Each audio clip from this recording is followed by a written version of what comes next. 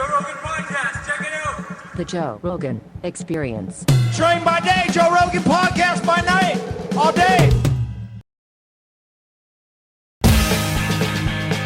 All right, we're back after a brief hiatus. We had a little fuck up here, but we're back. Cheers again. Yeah, cheers. So we were saying that, I was saying that this is Stanhope's move, drinking Bud Light, and you were saying that you like drinking Bud Light because you could drink more. And then I said Stanhope switched to cocktails. All this happened. We had a fuck up with the recording. But you said you lived with Stanhope. I did. At the fucking Neverland Ranch? Yes. It was crazy. Yeah, what's he doing out there? What do you think? Yeah. Guess. Just being bombed and having nuts. Random strangers show up at his house? Yeah, he doesn't care. I mean, he's so funny, but yeah, every once in a while he'd get a little nasty. Yeah? He'd turn on me. He turn on you? Yeah, I'd say because it was like a month, and I can drink, but I can't. So you lived with him for a whole month? Yeah, I stayed in the guest house. What is that place like, that Bisbee, Arizona? It's a cool town. Yeah? It's really cool. Yeah. Yeah, it's like an old mining town. So every house is like an old mine shack. It's crazy. And most of the people there, what do they do? I think when the mines closed, because it was an old copper mine, they all, like hippies from California moved in there. So it's like a real artsy. Is he like the mayor of the town? Yeah, pretty much. Yeah. Although right? I think all he does is, I could be wrong. Maybe his routine changed during COVID. In fact, I know it did. But they, yeah, that was it. He would just go to the grocery store and come back. That was his. That's it? That's it. That's it? That's it. Just make sure he's got enough money in the bank? Talk shit, do podcasts. Yeah. Wow. Yeah. Yeah. It was fun. But yeah, like I said, every once in a while he'd get a couple drinks and be like, look at you. Like, we'd be hanging out out of nowhere. He'd be like, you're fat. I'd be like, all right, man, what the fuck, dude? That's the hard booze. Yeah. That's hard booze thinking. People that just drink like Bud Lights, they probably don't get that nasty. It's a slow trickle. No. Yeah, I got this. This is my dad. Dad just drinks these all night. It's not the best flavor. You're crazy. Couple BLs, dude. It's okay. It'd probably be real good with like crabs. You know, like some seafood and like a nice light beer. Drinking outside, it's perfect. Yeah, real cold. Yeah, you can't drink like craft or like IPAs outside. Yeah, you can. I don't like it. I do. What the fuck's your problem, man? I like dark beer. I do. Yeah. I like well, you stouts. work out. You're in shape and shit. Yeah, but that's not why I like it. If I start, I know, but if I start crushing IPAs, I'll get hammered. Balloon. Dude. Yes, I'll good be times. Huge. Yeah, there you go. If I drink 12 IPAs a night instead of Bud Lights, it'd be a disaster. That's true. But you wouldn't need 12. You'd need 5, and you'd have the same effect. Yeah, but that's why I don't drink. Like, I try not to drink liquor ever. Like, I'm trying not to get fucking hammered at these places. You're just trying to like keep a steady buzz. Yeah, because I'll get drunk. I had a bad habit of getting hammered at clubs and talking shit. That sounds like a normal comedian. Yeah, it sounds like everyone. Yeah, but then the anxiety the next day, all that. It's like, what did I say to this person? That is the worst. Oh. That's the worst feeling when you're all drunk together and you're like, did I say something stupid? You said, I say wild shit. And you know people said stupid shit to you. Yeah. So you're like, man, was I that guy too? Yeah. Yeah, you were. Definitely. And at the cellar now, it's like we're all having like conversations about like race and shit like that. And, it's like, you might get hammered. I might get hammered and be like, would you guys shut up? Just wake up the next day like, oh, fuck. There is nothing worse than comedians that are virtue signaling. Like around other comedians and trying to establish like a way that we should all communicate. And you're like, yeah. What the fuck are you saying? Yeah, are you like, pretending what are this you is doing real? here? Yeah. Are you pretending this is I thought real? we were all in on this. We're all in on this. We're all good people talking mad shit. There's no bad people here. Just because someone says something ridiculous to make other people laugh, like that's what they're doing. Yeah. We know the game. Yeah. It's like it's they're opportunists. They're opportunists. They find a way to claim the moral high ground, to be upset at everybody else, but if you're a comedian and you do that, you're a traitor. You know what's going on. You know that these guys are just talking shit. And talking shit is a real thing. Yeah. It's a thing. It's like, here's my real statement. Here's how I really feel about things. Here's honesty. Here's me, just being vulnerable and truthful. And then here's me talking shit. Yeah. And when I'm talking, it is literally shit. It is shit. It's not real. No, we're saying ridiculous things to make each other laugh. I'm going to get fucked up on this. Yeah, there you go. Good. So We'll start talking shit by the end of this. 6 or 7 of these, and we'll have a good buzz going. Yeah, man. It might grow on me. It's not bad. I get the idea, though. You know, that's one of the things that I've been reading about lately. I'm actually rereading this book by Brian Murarescu on. It's called The Immortality Key. It's all about ancient Greece and how they used to take wine, and they had wine laced with all these psychedelic chemicals, and that's, you know, the whole Eleusinian mysteries. But back then, everybody used to drink all day. They all had like the alcohol was terrible. Like the wine had like 3% alcohol. The booze had like 3%. Like beer was 3%. They didn't know how to make like strong shit like they know how to make today. And everybody was drunk all the time. Yeah, what else are you going to do? Yeah. Sitting around waiting to get fucking killed by barbarians? You better get hammered. The barbarians are on mushrooms. Yeah, Yeah, they were. That was the thing. Like the Vikings, they were all on mushrooms. Were they? Yeah, they would do mushrooms and go berserking. Yeah, they would do some bad things. I can't imagine doing those things on mushrooms. Yeah, but if you lived back then, you could. True. If like that was a normal part of everyday life, was cutting people apart, you'd probably want to be on mushrooms. I'd take mushrooms and giggle. Yeah, probably. These guys would take it and... But they might have giggled too. I bet they were giggling. Yeah, I would imagine. We're lucky. But that's why people complain today. You know, it's like, because it's pretty easy. So the things that people complain about, they're relatively mild in comparison to the historical record of how fucked up life was. Yeah. Yeah, it was terrible. Did you buy that shirt on purpose? Really? Yes. So you saw that in the store and you're like, this is the one. I saw this shirt. I was like, that's the drip. That's it. This is the drip. Gym shorts and a Walmart polo. Do you play golf? No. Good for you. I go drink. I watch my friends play golf. I'll go on the cart. It's Jamie, fun. do you have a shirt like that? Do you have golf shirts that you wear? I do, but not like that.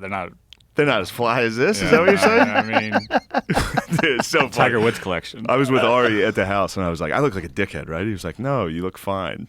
I knew that he was lying. Is Ari staying at Tim's too? Yeah. Oh, no. It's just me and Ari. It's just my me and God. that fucking guy. Took his dick out already. Of course he did. Dude, which is fine. Taking your dick out with other people around is funny. But just with but one it's dude. just me and him. And I was like, dude, who's this joke for, bro? It's just you and me. It was Plus, great. I guarantee you, Tim's got cameras everywhere. Oh, definitely. Recording everything. He's probably watching like, yes. Take it out. It's Let's great. go. Let's go. So we were out, me and Ari were swimming. And I was like, I bet you I can swim underwater the length of the pool. And he was like, I bet you can. So I did it. And then when I was like out of breath, got to the other side, I was like, Puh, came out and his dick was out. He was standing outside of the pool. I was like, God damn it, dude. I was like tired. He's a wild motherfucker. I mean, that dude lived most of the pandemic in South America. Yeah. Just moved to South America for a while. Didn't know anybody down there. Got an Airbnb. Started doing yoga up there. Yeah. Yeah, he's crazy. Well, he's all about that. Like, me and him don't share a lot in common. Like, he was walking around, he's like, we should go hiking, we should do this. I was like, dude, shut up. Let's watch SportsCenter and drink. He was trying to get me to go down there with him. He's big on new experiences, like hiking type things, Yeah. going places and traveling. I don't like it. Well, he got real big on travel a few years back where he took like 3 solid months off where he didn't do any comedy. He left his laptop at home. I think he brought a flip phone, and he just traveled, and no one could get in touch with him. Oh, yeah. Yeah, didn't he go to, like, China? Yeah, he went all over the place. He went all through Asia, stayed in hostels. Like, okay. Yeah, he likes that. He asked me to go to Bonnaroo with him this year. I was like, dude, I'm not going to it's going to be 95 degrees with just hippies and tents. Where's Bonnaroo? I think Tennessee, right? Yeah. That's his vibe. I don't like that. Yeah. I'm not going to a fucking tent. Yeah, he likes taking Molly and hanging out with weirdos. I like taking Molly. And hanging out with great. weirdos? Yeah, I don't like the weirdos. In fact, I take Molly, I want to be alone. Yeah. But yeah. It's he's living the life of a free man, you know? I mean, I don't think I know anybody that values freedom like Ari does, cuz he values freedom above like freedom from everything, freedom from the best job in the world. Like, even though stand-up's the best job in the world, he'll take months off of his schedule. I'm not doing anything. I'm not doing any podcasts. I'm not doing anything. I'm just going to wander around with nobody, by himself. Yeah. It's impressive. I don't have that. It's a weird instinct. Yeah. You know? Well, I think because it's from when he was a kid, leaving the whole Jewish thing. Mm-hmm. Yeah. He's probably, he's probably Yeah, accustomed to losing his entire community. For people who don't know, he lived, what is it? It's not a kibbutz, right? Is that what it was? He lived somewhere in Israel where they read the Talmud like 12 hours a day. And Yeah. they did chores, and he was in like a religious retreat. They're Amish. Yeah, basically. Yeah. Like Jewish Amish. And then he realized, like, fuck this. Like, what am I doing? This Yeah, is bullshit. the strength that takes to be like, Oh, my God. what the fuck are we doing? Yeah. He just takes massive balls. Yeah. He has those too. Mm-hmm. Just saw him. Legitimately. Yeah. They were like shockingly good. low hanging. Like, what's going on there? Yeah. The shirt's good though. Yours? Yeah, this is okay, good. I'm fine This with is it. good stuff. I'd wear it for a goof. Yeah. I could wear that shirt. You should. Yeah. Start wearing golf stuff. Yeah, why not? People would think, oh, I told you he was Republican. Oh yeah, Look true, at him. Match true. that hat you like. Which hat? The golf hat. Which one? The one that Billboard made fun of you for. Oh, my Little Rascals hat. Little Rascals hat. Yeah, that's a golf hat. Is that what it is? Yeah. It's a paperboy hat. Yeah. There's a golfer out. Payne Stewart. He used to wear it all Oh the time. yeah. Okay. Yeah, a Jeff cap. Yeah. Right. Yeah, there you go. Yeah. My dad wears those. I It's like pretty those. funny. Yeah. Those are my favorite hats. So we all Why? have weird tastes. I don't know. I like them. They look good on my fat, round head. Do they? Yeah, if I had one here, I'd put it on so you could see. He'd be like, nice. Yeah, I'd have to be like, well, of course I would. I'm not going to be like, you look like a fucking idiot. I'm nervous, dude. Of course I'm going to be like, yeah, everything you do is great. Well, we need more of these. Cheers. Yeah, true. A Cheers, couple man. more of these. So, you still living in New York? I am. You liking it out there? I mean, the only thing I like is doing stand-up, so Yeah. yes. That's the only thing I do. Yeah. I just hang out, Uber to the club. You had some Go funny back to shit my- last night, man. Oh, thank you That very was much. a lot of fun. Thank you. These 2 nights have been really fun. Yeah, they've been awesome, man. You too. It's good. You're still out there swinging like that? Yeah, you got to swing. Bro, I was standing in the back with Ari, and you started going, and I was looking at him like, ooh, Joe's going to get in trouble. Yeah, you get in trouble. Yeah, of Yeah, I course. mean, some people are going to get mad, but it's comedy. You Yeah. know, the people that aren't mad are having a great time. I mean, we just did Yeah. 2 nights in a row. Everybody's having a great time. And these shows at Vulcan that we've been doing on Tuesday and Wednesday nights, they sell out like instantly. Yeah. And it's fun. It's Everybody's awesome in there. enthusiastic. Great crowds. Austin's amazing. I Austin fucking love is. it here. Austin's cool. The area around there, I don't like it. It's a little sketchy. A lot of homeless. Yeah. Well, it's not well regulated. No. And these knuckleheads decided to defund the police, which is a super unwise move. And it gets weird down Yeah. there. It's like Bonnaroo out there, dude. Everyone's just intense and on drugs. Yeah, it's but you know what? Relatively speaking, it's exciting. Yeah, you're excited. Yeah, you got Yeah. a fucking driver and a bodyguard, dude. And you do karate. Yeah, it's fun. I'm walking around just like, dude, I'm going to get fucked Don't up walk here. around. You're supposed Hey, to you got to walk around. get from the parking lot into the structure, and then Yeah. from the structure into the parking lot, and then we vacate the area. That's what you do. That's what it, Yeah, you secure the perimeter Yeah. of the area with security. Yeah, I like You have doing a lot of shows. comedy in fucking Fallujah. What the fuck, dude? It's part of the fun. It is fun. It is fun, but It is. till it's not. Until it's not. Yes. One But day, that's- somebody's not going to have Yeah, fun. yeah. But that's like part of what the fun is. Like, True. You cannot have light without dark. You cannot have sunshine without rain. If you have sunshine all the time, you have California and everybody's fucked up. Yeah. They don't know what to do because they're baffled. Because it's like someone who stays up for 5 days in a row. You lose the cycle. There's no cycle, so Yeah. you get confused. You need a little winter. You need a little sun. You need a little cold. You need a little Yeah. little bit of everything. You can't just only eat cake, you fuck. You can't What? just eat cake. That's what like California people are doing. They're just eating Yeah. cake. You know, but even California now, they're recognizing like Los Angeles is hitting a massive crime wave. Like fucking crime is everywhere. I know Yeah. so many friends who their apartments been broken into, their cars been broken into, they've been robbed. So many people are getting robbed there. It's just a totally different situation. And, you know, that makes it more dangerous, but it also makes it more exciting. Yeah, a little more fun. A little more fun. Yeah, Philly's doing that too. Like Burr was saying when he did Philly's Saturday Night rough. Live, and Yeah. when he did that sketch, or that opening monologue rather, and he talked about what's his name that got punched, the little dude. Yeah, the guy from Honey, I Shrunk the Kids. What the fuck's his name? Rick Moranis. Rick Moranis. They punched Rick Moranis. He goes, New York's back, baby. Yeah. That was a rough one, dude. Yeah. Rick took one on the chin. Yeah, he out of nowhere for no reason. Someone just Yeah. sucker punched him. But that's what happens when you have They all shouldn't this. have shrunk those fucking kids. It's probably that homeless guy probably saw that. I was like, Maybe you got mad, I don't like people playing with my kids. right? Probably. It's all this crazy rhetoric. This white people are terrible rhetoric. Where you just allowed to just run up to random whiteys and punch them. Yeah, that's good though. Keeps our head on a swivel a little. Maybe It's time for the whiteys to start. when you're 60 years old and you don't know karate, True. and you're Rick Moranis, True. it's probably not the Just best. getting leveled. Yeah, and that guy's not going to recover from that well. No. You know, he's not Mark Yeah. Hunt. Yeah, Rick he'll bounce back. Rick's tough, dude. What do you know about You think? Rick? Yeah, I he's don't know anything he's about got Rick. A chin. I'm just That's the taking one a thing. guess. I don't think so. He went down pretty quick. Well, it was a sneak shot. Dude. It was a sneak shot. That's true. Yeah. You can see his instincts kick in a little. He did. Really? You think so? A little covering Yeah, up? if you watch it close, you'll see Rick. I thought that was like a seizure. No, he definitely did not. okay. He did not react at all, dude. He got leveled. A day later, I hope he's he was okay. like, what happened? Yeah. Yeah. Tim told me, Dylan told me that he was in Times Square and he felt like he was being hunted.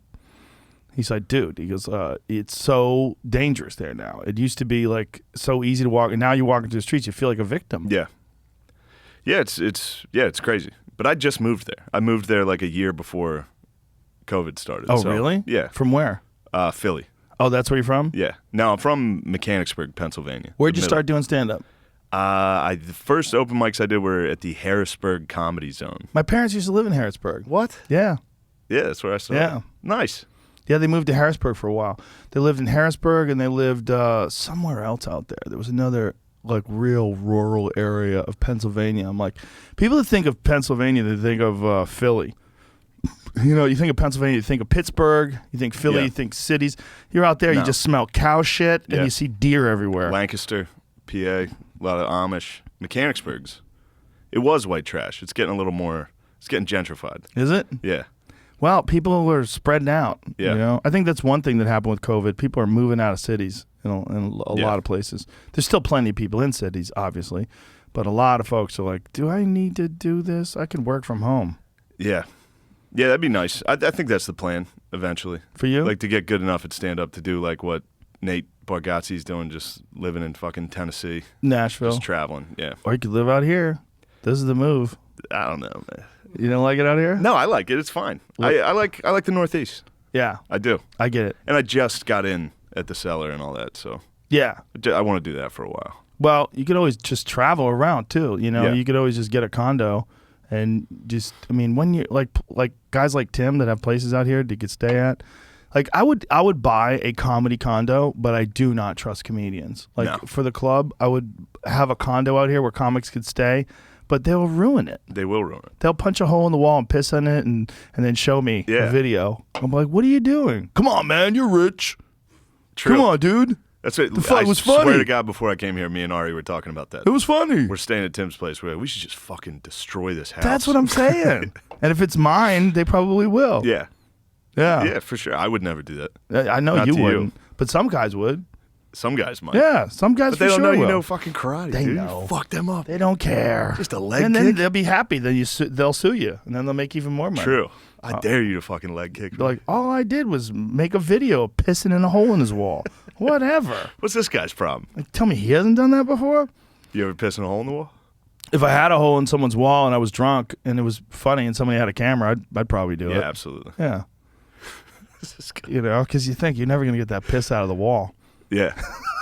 I had a friend that did that. He was at a house party and he got in a fight. And then he went and punched a hole in the wall and threw up in it. John Nunn, what up, bro? I think he's trying to have a career right now. So, What's he having a career in? I think actually film. He's working. He does. Oh. Yeah. it can only Like I help. said, yeah, he'll be fine. Yeah. But that was a good story. I think he got stabbed too at this Oh, party. Jesus Yeah. Christ. That's a real party. Yeah, he had a party. Punching a hole in a wall after losing a fight and throwing up in it.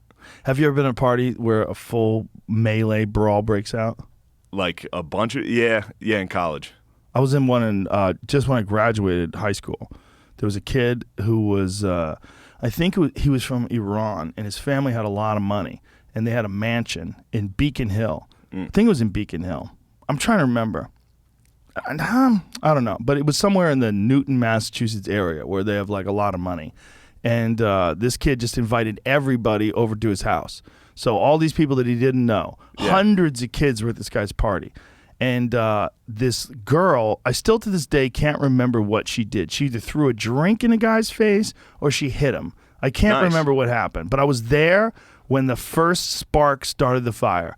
I remember exactly where I was. There was like a staircase, and there was like this banister, and I was watching it from here, and I don't remember, I think she threw a drink at him. And this dude just fucking uncorks a picture-perfect right hand in her face. A lady? Bam! Punched her head snaps back. She goes out. She falls back, and then madness. Yeah. And then madness. And then there's fucking people jumping on people and smashing things and throwing people over stairs. And and I'm like fucking ducking, and I make my way out. There's piles of people. I'm looking for my friends. It was wild. Yeah, it was pre-Twitter. That's how they handled it. Yeah. It was way pre. This is like the 80s. It was wild. Yeah. I'll never forget it. It was just like all of a sudden you could feel it in the air. Like people were just looking to punch people. It's like something happens to people when there's like a mob mentality thing. Like people were just looking to punch people. Like you could tell. People didn't even know anybody. They were just looking at you like, maybe I'll punch you. And you're like, hey, I'm trying to get out of here. Yeah. It's like, whose side are you on? Yeah, no sides. Get me the fuck out of here. Yeah. I snuck through it without getting hit, and I got outside, and friends of mine were like in piles.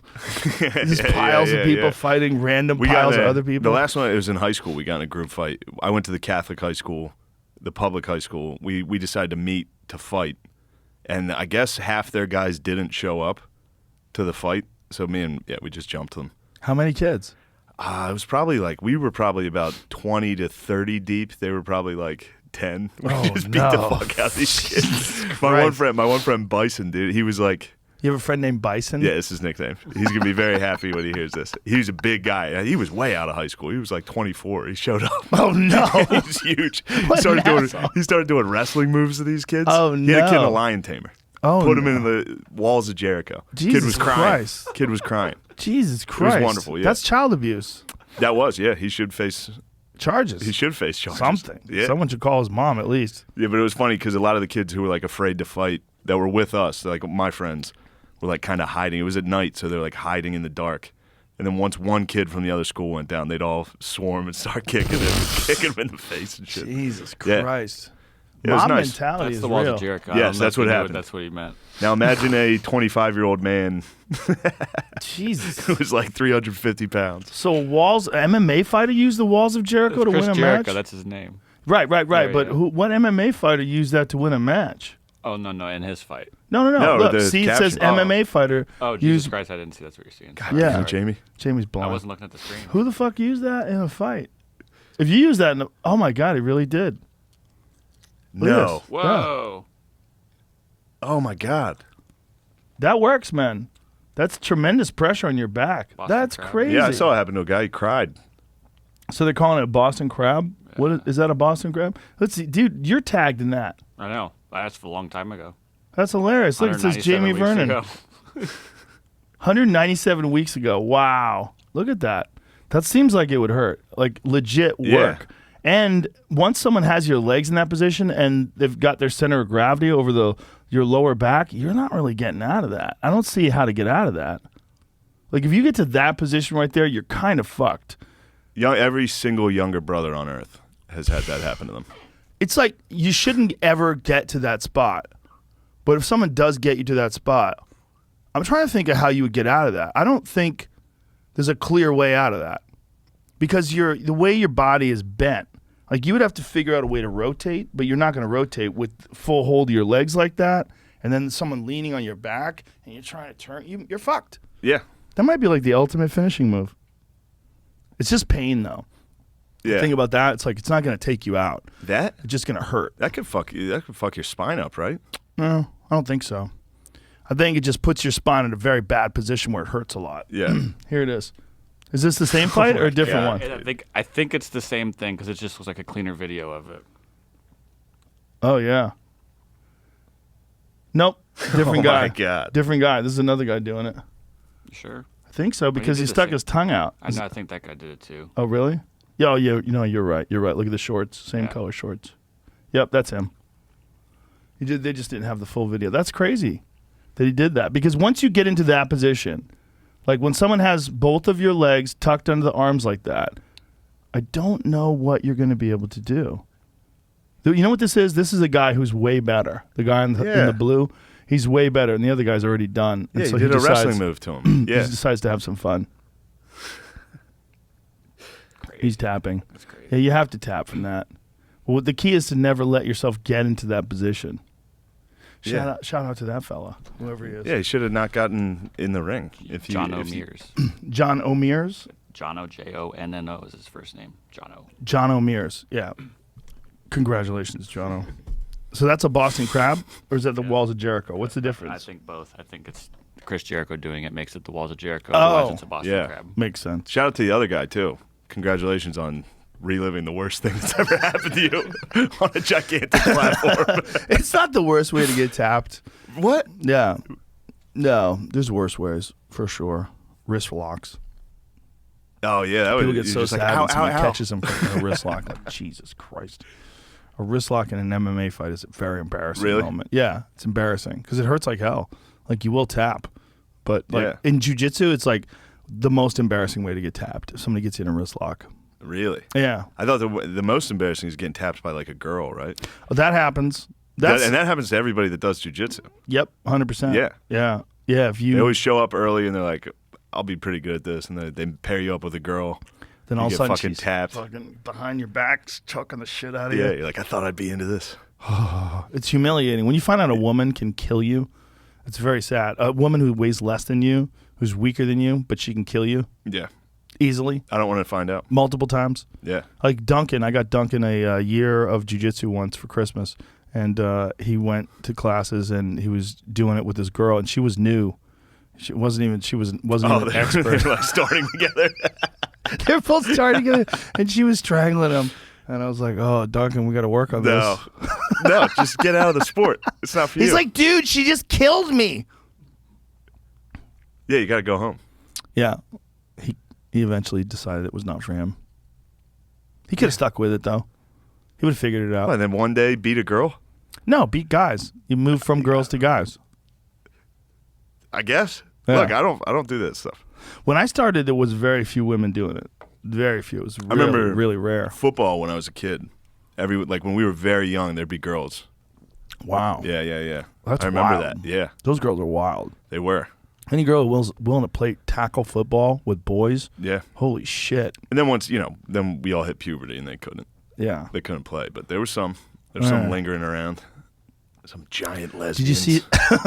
Did you see that giant transgender woman that's playing rugby in Australia? No, she probably Yeah. rules. She's the king. She's the king. She's a 250 She's pound trucking man. people. She's Samoan. She's No? a white guy. Oh man, she's a white guy. You ever seen it? Show the video. The video is hilarious. They're always because so funny. I don't even know if this person's undergone any transition because we've gotten to this super preposterous point where you could just say you're a woman. You don't have to do anything. Like there was a thing about a woman getting arrested for child molestation. Yeah. And I'll send the video because I'm gonna send you this. That's what teachers should Jamie. do. But no, you have to see this because this woman has a beard. Yeah, look at this. Shit, dude. Look at that. Come on, look at the size of that male human being who is playing rugby against women. I mean, hilarious, right? Great tits though. Yeah, really good Pretty hot. tits. They did good there. Brand new. Some nice tits you've got. Yeah, I'm gonna show you. I'm gonna send you this, Jamie. Hold on a second. Damn, look at the mitts on that lady. So I just sent it to you, Jamie. Yeah, that's a large person to be playing rugby against women, and I would say that was probably an unfair decision. But who am I? Just a I'll tell you what. Look at this woman charged after allegedly sexually assaulting boy 6 in Toronto Park. Woman with stubble, a crew cut, the most manly face, like a square jaw. That's a fucking male human being. His name is Ruby Ebby. Okay. It's a woman. But look at the title. The title says woman. Yeah. Shouldn't they at least say woman with a penis who also has a stubble, also has a beard? They don't even say anything about the person being transgender. It's so hilarious. We've gone through the looking glass where everything's nuts. She is charged with sexual interference with a person under the age of 16 and sexual assault. Like, Is there any small chance that they just like accidentally put the wrong picture up in the article? what do you think? Probably not, but it's happened before, and they're just like, "Oops, we put the wrong." What are you working for the Toronto government? No, Yeah, what are you- I'm just asking. I'm just Look at this asking. fuck. What's the matter with Just you? asking. What is the matter with you? Just asking. You a don't question. support the 6-year-old boy? That's what I'm saying. What the fuck, man? Yeah, bro, you are a pro molester. It's just the That's fact what the that teachers. The teachers should do that. The male teachers that get in trouble for hooking up with kids. to say they're They women. should be like, I actually identify as a woman. Yeah, you get a way lighter sentence. Yeah. Yeah, That's- women who molest boys, they're like everybody's like, what's that? I retract. I've now Googled the name. I see it everywhere. Okay. Yeah, I was just checking. that looks. If I had a bet, guy or girl, I mean, I'm leaning heavily On that towards guy. On that woman? On Yeah. Ruby? Yeah, on Ruby, the guy or the girl, the woman. I'm gonna take her word for it. Wow, you're amazing. You're so open-minded. I don't so care what she's progressive. done in the past. Yeah, right? Like, why should we judge? Walk a mile in her shoes.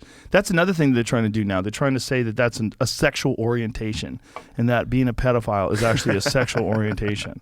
No, Technically, it is. I've seen, I guess. Technically, it is that. It's just a bad one. It's the worst one. It's the worst one you can do. Yeah. Yeah. I've seen, like, we talked about it recently. I saw a professor talking about how a woman or a man, rather, could have a sexual consenting relationship with a 13-year-old. And I was like, what in the fuck are you saying? Maybe he was a Viking. Maybe it's a guy with no kids. How about that? Yeah, probably. Yeah, because you have no kids, you think stupid shit because you think it makes you sound progressive. Yeah. Yeah. I don't. That's a tough one to get to through being progressive. That's a tough one. Yeah. I don't know, man. People can make some fucking weird mental leaps in gymnastics. They can justify some wacky shit. There's Yeah. also some people that are just a real contrarian. They just want things to be okay, even if they're not okay, so they'll argue for it as an intellectual exercise. You know? Yeah, for sure. They do. It's fucking strange. That'd be a tough one to present, though. Like, be like, no, this is how I feel. I think pedophiles. You would say that, but we are They're all so through the looking glass with so many things that really are preposterous that I'm not sure if that's the case anymore. You know, like the idea that you can't be racist if you're a person of color. It's not possible. Yeah. Because race has something to do. It has something to do with power. Like, okay, that's not true.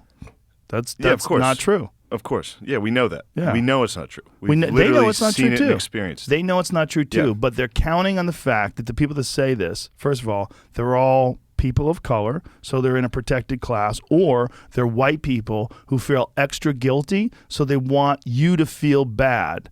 And so they want to show you that they're on the side, the Yeah. good side. They're on the side They're of the just- people that are anti-racist. The thing about the white people or the people of color can't be racist is because, like, you call a white person, you're like, whatever, cracker. We're like, whatever. Right. But they found a loophole, and it's to call us racist. That one hurts. That does hurt. That's like our N-word. that is. Someone's like, you're racist. You're like, what did you say about me? It's even worse because it makes you feel guilty. Sure. Because if someone calls you a bad word, like a negative stereotype about your race, they're the piece of shit, not you. But Yeah. if someone calls you a racist, now you have to defend yourself against Yeah. being a piece of shit. Yeah, it's tough. I've been there. It's Yeah. a tough one to defend against. What was your experience like with the whole SNL debacle thing? What was that like? It's very, very crazy. I don't know. It's tough to. There's not many people that you can even talk to about it. You Yeah. know, because it fucks you up a little. Like, it makes you like not trust people and shit for a while. Like in what way? I don't know. I don't know how to explain it. But back to the experience of it was like, you just it was kind of surreal because I was one of the first people to get like canceled, or however you want to say it, consequences, however you want to say it. Doesn't matter what we call it. It is what it is. Right. But I was one of the first people to go from I was poor. I was not famous at all. I was poor, and then I got canceled immediately. Like, that was my like. Right. It was a very you didn't different get experience. famous and then Yeah, get canceled. most people that get canceled are You got canceled on the way. I got canceled immediately. Yeah. They literally were like, "How about this guy?" And everyone was like, "No." So you got cast on SNL. Yes. And then what happened? So I found out I was getting on SNL the day before they announced it. So I got a call. They're like, "Hey, we want to put you on the cast." The whole time we'll start from the top. My agents and all those people, they were like, do you want to write? Do you want to send a packet in for SNL? And I was like, no, I'm not going to be a writer. I won't work on that show.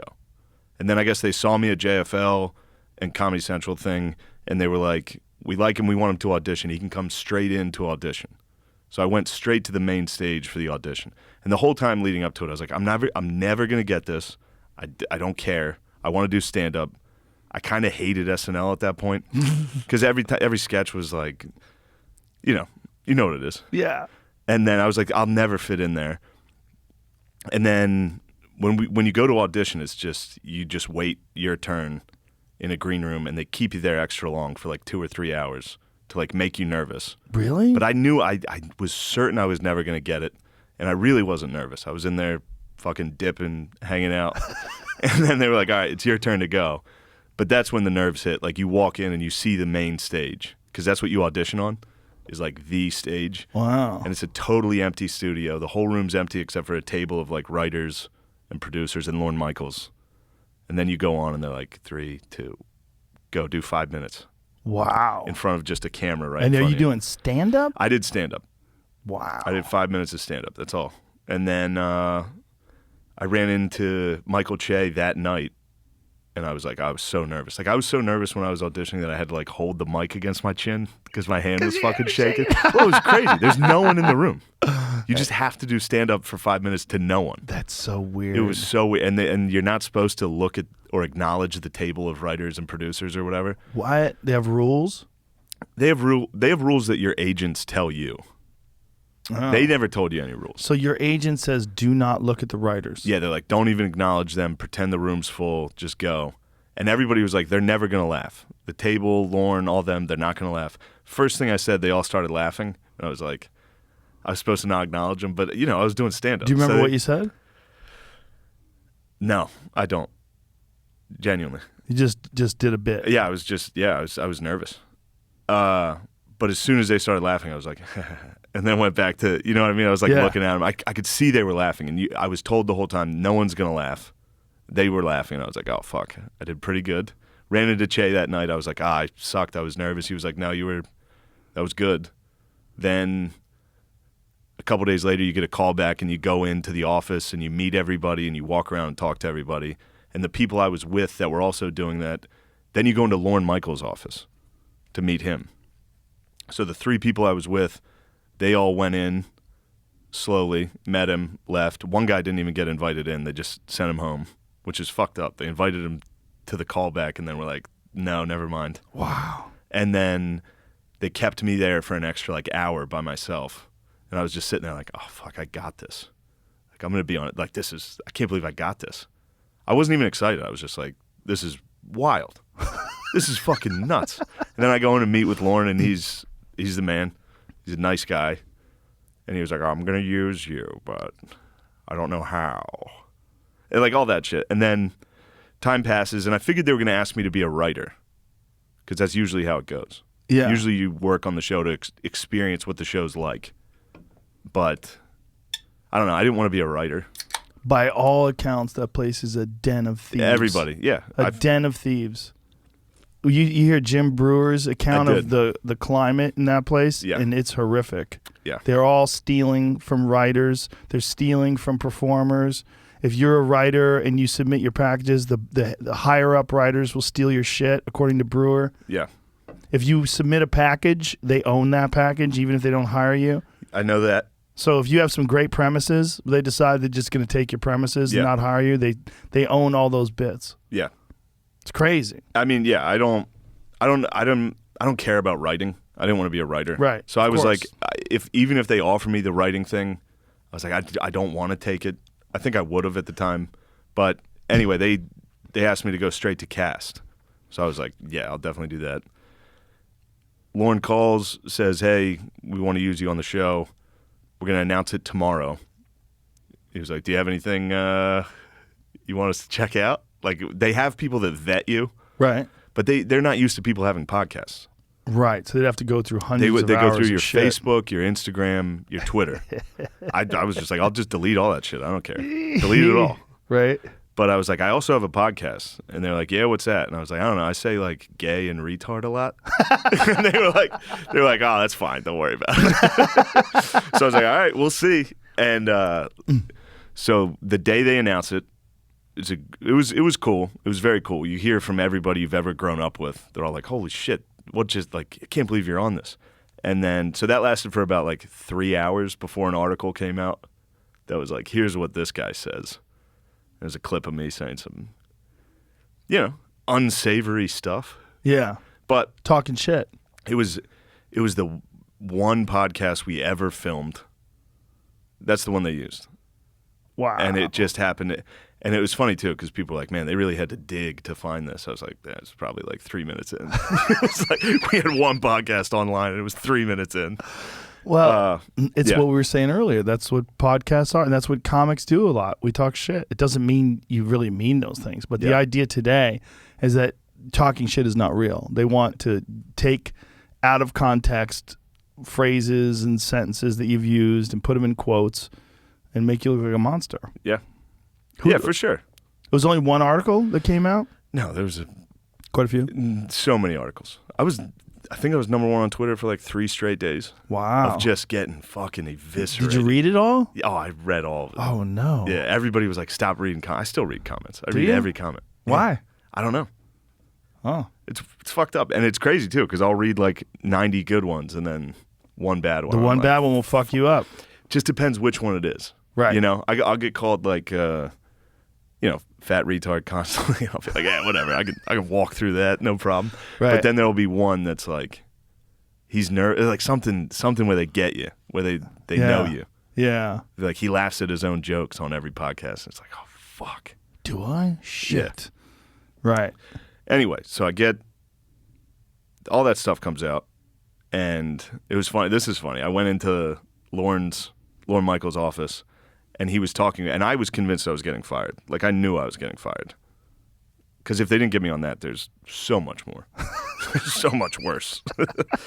And so he was talking to me, and he was like, "No, we think we can." He's like, "If we just get you to the first episode, like people will see you're not a piece of shit person." Right. Like, just talk. And I was like, whatever, I'll do. If I get fired here, whatever, I'll just go do Joe Rogan next week and I'll be fine. Anyway, I thought that was funny. No? What? I was like, I Is that what literally you thought? I literally thought that. Oh, okay. Yeah, I thought it'd be funny. Well, it could have been funny. Yeah. I was booked up, though. No, it was fine. It was just funny to truly. That was a conversation I actually had Really? in Lauren Michaels' office in the middle of that. That's hilarious. I was in pure fucking panic. Terror? Yeah. Yeah. But Because I remember somebody contacted me, like, to have you on. And I was like, I don't have any room. Like, for a Yeah. long, I could do, like, an emergency podcast, but I'm like, let me let this dude ride this out. Yeah. And then we'll do one eventually. truly glad that did not happen. Because not- I would have come in emotional. I would Yeah. have come in like, Guns what happened to me blazing. isn't fair. Right. And I never felt that way. Like the whole time I was like, I kind of get it. I When get someone it. gets really canceled, you need perspective. Yeah. You know what it's like? It's like you need that venom to work its way through your system. And then you develop a certain amount of immunity to the actual moment. Yeah. Absolutely. Yeah. Yeah, it ended up being a good thing. So when Lauren pulls you in the office and says, we just have to get you to the stage. We just Yeah. have to get you to an episode. Then what happens? It just kept steamrolling. Like it didn't dissipate at all. Like it kept being like, no, you guys need to fire him. And Yeah, I get it. Because, and then, well, that's where the fun is. Yeah. The fun in going after someone is not going after someone and then no consequences. That makes them sad. yeah. What makes them happy is so they can get you fired. Yeah. And they did. They did a good job. Yeah, good They job, got everybody. me. Yeah, and it's fine. Look, the whole Dude, time. here's why it's fine. Your sketches that you're doing, what is it, Gilly and Keeves? Yeah. those are the best fucking comedy sketches that are on the internet right now. And Thank you. I'm not bullshitting. The only thing that's at the same level is Kyle Dunnigan's shit. Oh, man. Kyle Dunnigan, the shit that he's doing. Dude. Because he's got a massive advantage with that face swap, though. And he's so good at fucking impressions. He's amazing. Have you seen the new thing that Dunnigan is doing? He's the fucking, what is it? He does a Fresh Prince takeoff with Biden. What is it called? Yeah, Fresh Prince of DC. Yeah, something like that. Fresh Prez. Yeah, dude, it's tear jerking. Bill Maher. Oh my god, it's incredible. New rule. Yeah, it just, oh my god. And there's something about it that it's almost got like a South Park-esque quality to it because it looks so fake, but it's obvious. It's like these things. Like, look how bad these look. Look at the little tiny hand he holds up for Bill Maher. Like, the face swap thing is amazing. It really is amazing because he's like, look at the AOC, because it looks so fake. Like, you would never believe that that's the real person. So it's comedic, but it's also the material's brilliant, and you can get away with so much in someone else's voice when everybody knows it's not really that person. Yeah. It's really one of the most genius platforms ever created. Yeah, and he's the master. Him and Kurt Metzger. They're incredible. They're both. Yeah, it's the best shit. Kurt's like he's one of my favorite comedians. But the shit you're doing is right up there with that. It's really fucking funny, man. It's really funny, and it's like something you would never be able to do on SNL. The stuff you guys are doing. How are you financing this stuff? I financed half, and then we had a production company that financed half. The Trump one was amazing. The Trump speed dating. Yeah, it's John McKeever. He's Keeves. He's incredible. Writer, director. He writes all these edits them, makes them. They're really good, man. Yeah. They're really good. Damn, I spazzed on that SNL story. No, you didn't at all. How do you spaz? Felt like it came out bad. No. Look, it's an awkward story. It is. And I don't. It's always. Here's what's uncomfortable about it is I don't want to sound like.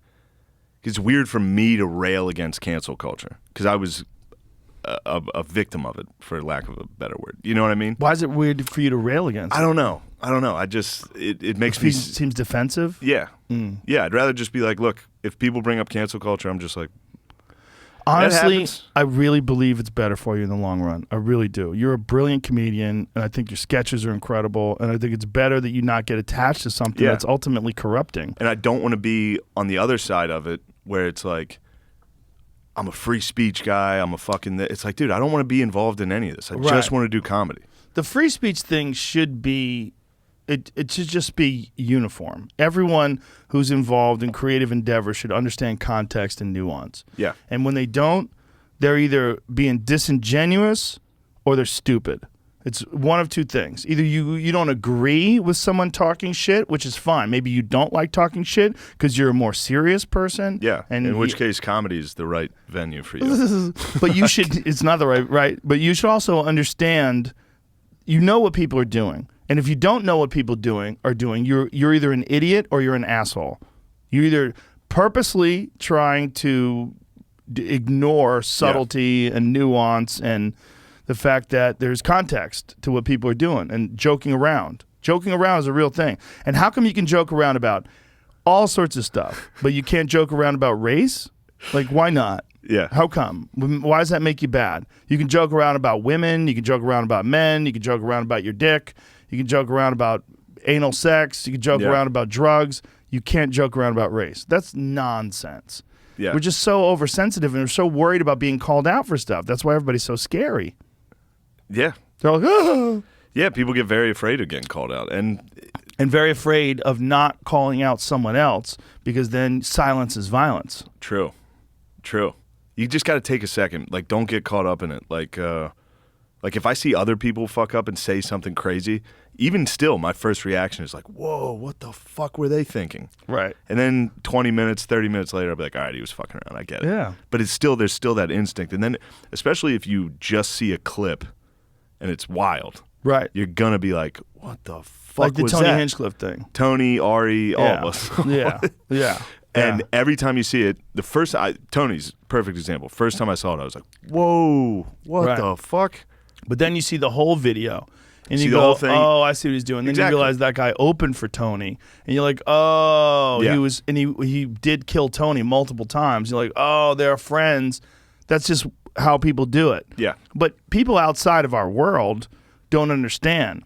If someone, if you introduce someone and they go on stage and they say, thank you, give it up for Shane, that fucking loser, that fat drunk. Yeah. Whoa, what the and you're fuck, like, hey, bro, what the fuck? That's what people do. That's what we do as comics. And we fuck around. It's talking shit. And that's what Tony was doing.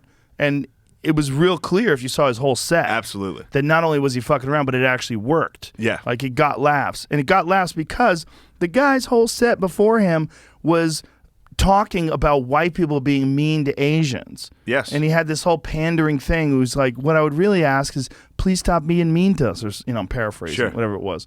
And then Tony goes on right afterwards and says that horrible It shit. says the worst things he could. And it's funny. Yes. That's why people laughed. That's it. It's not like a racist convention at Vulcan Gas Company. Yeah, No. it's true. I It's mean, comedy. that's all it is. It's comedy. It was comedy. Yeah, and maybe it's not your kind of comedy. That's okay too. But don't pretend that's his real thoughts. Like Yeah. that's ridiculous. This is the thing about joking around. It's like it can be weaponized. It can be weaponized against you. I had people coming to shows, recording my sets, and then typing them out as if they were real. Yeah, well, I do that bit. I don't know if you It's saw crazy. it. The bit that I do about what happened when I endorsed Bernie Sanders, where people were taking small pieces of stand-up bits and taking them out of context and using them to show what a piece of shit I am. And it's like, here's a joke. Yeah. Clearly. And if you type out someone's stand-up or a Oh. podcast, Especially a segment Ooh. of it. Just take the worst parts, yeah.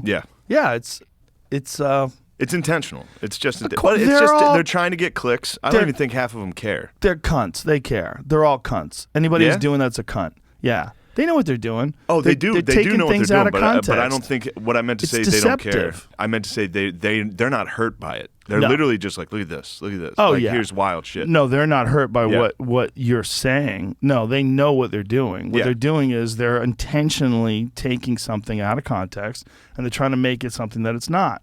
There's a lot of range in when people are saying things. They don't necessarily. They're not trying to offend. Yeah. When you're saying something in the what type of context comedian comedy, would ever try what to really offend? would be like, all right, I'm going to go out there tonight and really say the worst thing I can think of to these people. A guy 'cause who's I gonna don't fail. fucking like them. a failure. Yeah. Those comics that fail. Well, Patrice always had the very best line about all this stuff. He said, if you think of something is really funny or if you think something is offensive, it comes from the same place. A guy's just trying to have a bit, work on stage and get laughs. That's what they're doing. And you never, for people who don't know, when we create stand-up, we really don't know if something's going to be funny. There's many times where you have an idea and you're like, fuck, I hope this works. Yeah. And you go up there and you swing, and every now and then it does. Yeah. And when it doesn't work, Yeah. you got to go. Sometimes if you say something fucked up and it doesn't work, you got to be like, all right, my bad. Yeah. Everybody? I've many times said, well, that's Yeah. the last time I'll ever Yeah, of say that course. one again. And then you say it tomorrow. Yeah. You're like, all right, this In a crowd different likes way. it, you motherfuckers. I knew last night was fucking pussies. So they don't fire you at first, Yeah. but then it keeps piling on. Yeah, it was only like 4 days. But the whole time I knew I was getting fucking crushed. Yeah. Oh, and they make you have to put out a statement. So they were like, and this was like within hours. Who makes you? SNL? NBC asked me to put out a statement. And the statement they send you is just fucking crazy. They wrote a statement for you. They were like, here's what you got to say. It was inexcusable. You got to say all this stuff. Wow. And I was just like, Did you write it? Did you no, put my it out? statement was bad though. What'd you say? It's all right. Let me give you some context here because it was. Hold on. One more. One more. I'm gonna have 4 more after that. Said I was gonna do your podcast joke. Oh, sorry about that. I wasn't God sure. I damn, thought that was dude, going that thing's somewhere been else. in my head for fucking 5 minutes or however long it's been. You know, in That? Saving Really? Private Ryan when he gets the Oh, ringing in his sorry. ears. I thought there was more to it. I was just like letting it Dude, hang there in the air. I wasn't. Dude, I like felt my face go flush. I was like, oh fuck, I blew it. Dude, go back and watch the tape on that. That's gonna be rough. well, I'm sorry. I didn't give you enough. No. I was I just thought hanging it was, there. It was just funny how confident I was at the time of just like, I don't give a fuck, man. I'll go do Joe Rogan. And the call never came, and I was like, fuck, dude. I'm fucked. I was doing podcasts for a while, being like, Rogan, help. Oh, were you really? Yeah. Damn, that's one thing about me not paying attention to anything. That shit doesn't get back to me. I was just joking, obviously. I'd never felt like I was entitled to anything like that, but it was fun to go on podcasts and be like, St. Rogies, help, dude. We pray to St. Rogies, dude, descend and save me. You gotta kind of just go through these things, you know. I agree. In the end, one of the things that you and I have been talking about is that it made you stronger. It really did, right? Definitely. Made your stand-up stronger. Absolutely. Like when people hear you, and I heard it last night, when they introduce you, and Tuesday night too. Yeah. People go shithouse. They get nuts. They're happy you're there. But for a while, what happens the first like couple weeks, I was in New York too, so people are very uptight, and you go on stage, and then it's just in your head. Like you see people like whisper to each other, and you're like, he's telling her who I am. She's gonna be like everything you see, and you see the girl's face change. Like, oh, and I mean, I was having dreams about fucking comments. I was having like, dude, it was crazy. I'd have a dream about comments or like tweets about the worst secrets in my entire life being out there. Wow. Because that's what happens. People like post pictures of your family house. Right. Your family's out. You get people getting death threat. You know, my family's getting letters from fucking dudes. It's like, we're gonna kill you, and my family has no idea, like what this is. Right. Like, we're getting death. I was like, death threats are nothing. Don't worry, you're gonna be fine. But like, they're just in Mechanicsburg, right, chilling. Fuck. Wow. And this was the first thing they were like proud of. You know, my parents, they don't know shit. I'm like, I got JFL. They're like, what the fuck's that? Right. I got this. They're like, but then when you say like, I'm on SNL, they're like, finally we can be proud of this loser. And then like 4 days later, the whole world's like, your son's a racist piece of shit. Oh my God. Yeah. So oh my God. So, that's who I felt bad for. So it lasts for 4 days. 4 days. You put out the statement. What does the statement say, roughly? All right. So they send you, they're like, hey, you need to apologize right now. You need to apologize. And I was like, can I just not apologize, please? Like, that's how this gets passed. If we say nothing, if we start interacting with this at all, I'm fucked. I'm dead. Mm-hmm. So I didn't know an NBC producer was on this group text I was in. I just got it from like an agent that was like, you need to apologize. I was like, fuck them. I'm not fucking apologizing. I had no idea NBC was in the group text. So it made me look like I was a baller, but as soon as I was like, oh, fuck. Like, I'm looking at my phone like, fuck, dude, I'm fuck. I mean, it's pure panic. Oh, it's my pure God. panic. And this, again, I'm going from zero. Like, no one knows who I am at all. Right. To like the whole world is, I mean, it's crazy. Yeah. And then, so they asked me to put out a statement. I'm like, fuck no, I can't do that. It was a ridiculous statement. Inexcusable, growth, all that shit. Yeah. That's just wild. Yeah. And I talked to some comedians, and they were like, how are you going to do stand-up again if you say this? Like, how are you going to be able to go do comedy having just said everything I said was inexcusable? From now on, everything you said is, you know what I mean? It's just disgusting. Everything you've done, you regret. And it's disgusting. And then I talked to Lauren. Lauren called, and he was like, just give me something. Give me anything. Because I told him I couldn't do that. I was like, I can't do the sorry, inexcusable thing. And he was like, just give me something, but I need it in the next 10 minutes. Whoa. So I had fucking 10 minutes to write this thing. Oh, my God. So I'm sitting there. I mean, it's raining out. I was at the Stand in New York. I was like trying to do stand-up. So I go in, and he's like, or my manager was like, just say you're a comedian that pushes boundaries, and sometimes. So my first thing I tweet out was like, I'm a comedian that pushes boundaries. And fuck, that's so lame, dude. God damn it, I blew it. But yeah, I was like, sorry to anybody that's actually offended. That was never my thing, because I didn't think anyone was actually offended. They probably really weren't. Almost no one. Well, there was a few. Of course, there are people that saw it that were like, this bums me out that this word's getting thrown around. Yeah. You know? Yeah. And I get that. And I am sorry for that. Yeah, no, I believe you are. Yeah, because that's not the way you meant to do it in the context. Yeah. Again, it's a thing that people do. They're just talking shit. It's not real. It's like you're saying something inappropriate on purpose. Yeah. And the only way you can do that is if the other person knows you're not racist. Yeah. That's why it works. It works because you're saying something that's ridiculous. I'm like, what the fuck are you saying? We're doing a podcast for 500 people. Yeah. That's how many people listen to this thing. Yeah. Me and him, me and my friend Matt McKusker. What up, bro? What up, I bro? can't believe it took this long to shout him out. You would like Matt. I'm sure. You guys are the same guy. Really? Yes. Everything you've said to me this week, I've heard from Matt.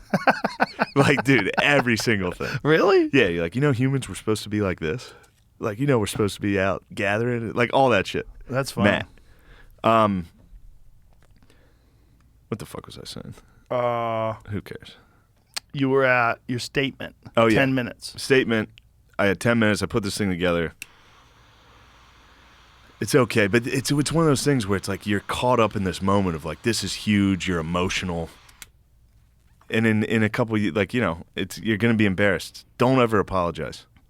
That's what I'm saying. Like, you can apologize for hurting people's feelings. For hurting people's feelings, certainly. You but can still apologize for things you don't said. issue a statement. Yeah. The problem with those statements are so grandiose, too. It's like people, like when Jimmy Kimmel made his statement about doing blackface in the 90s, it's like, oh, Jimmy.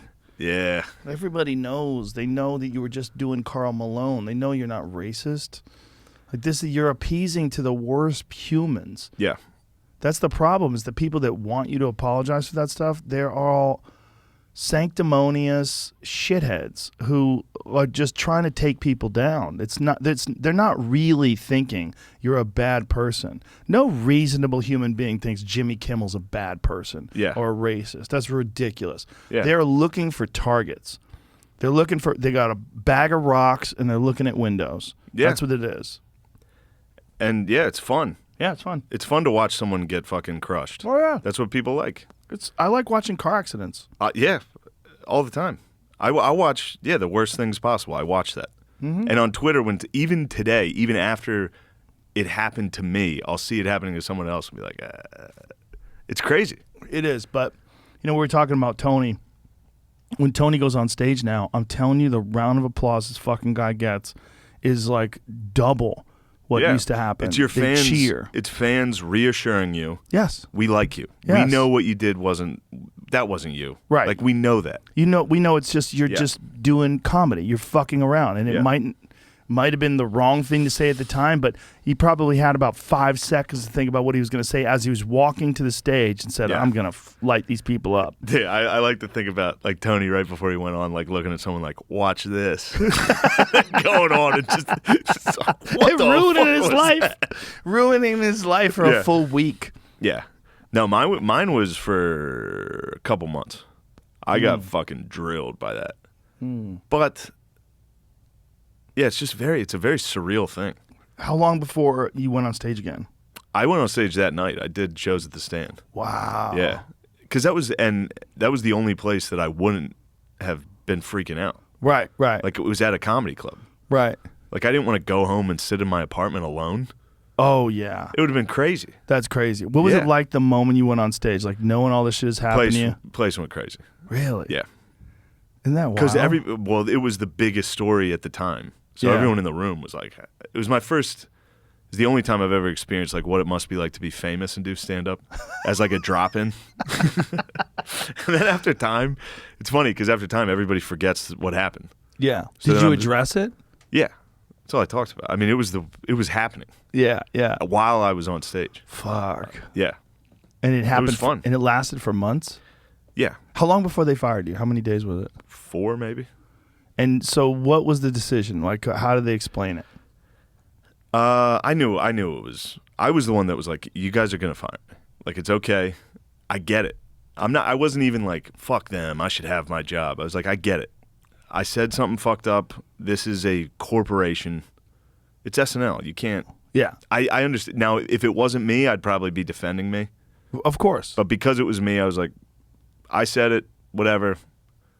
Keep making your fucking show. Yeah. I don't know. I don't know how to describe it.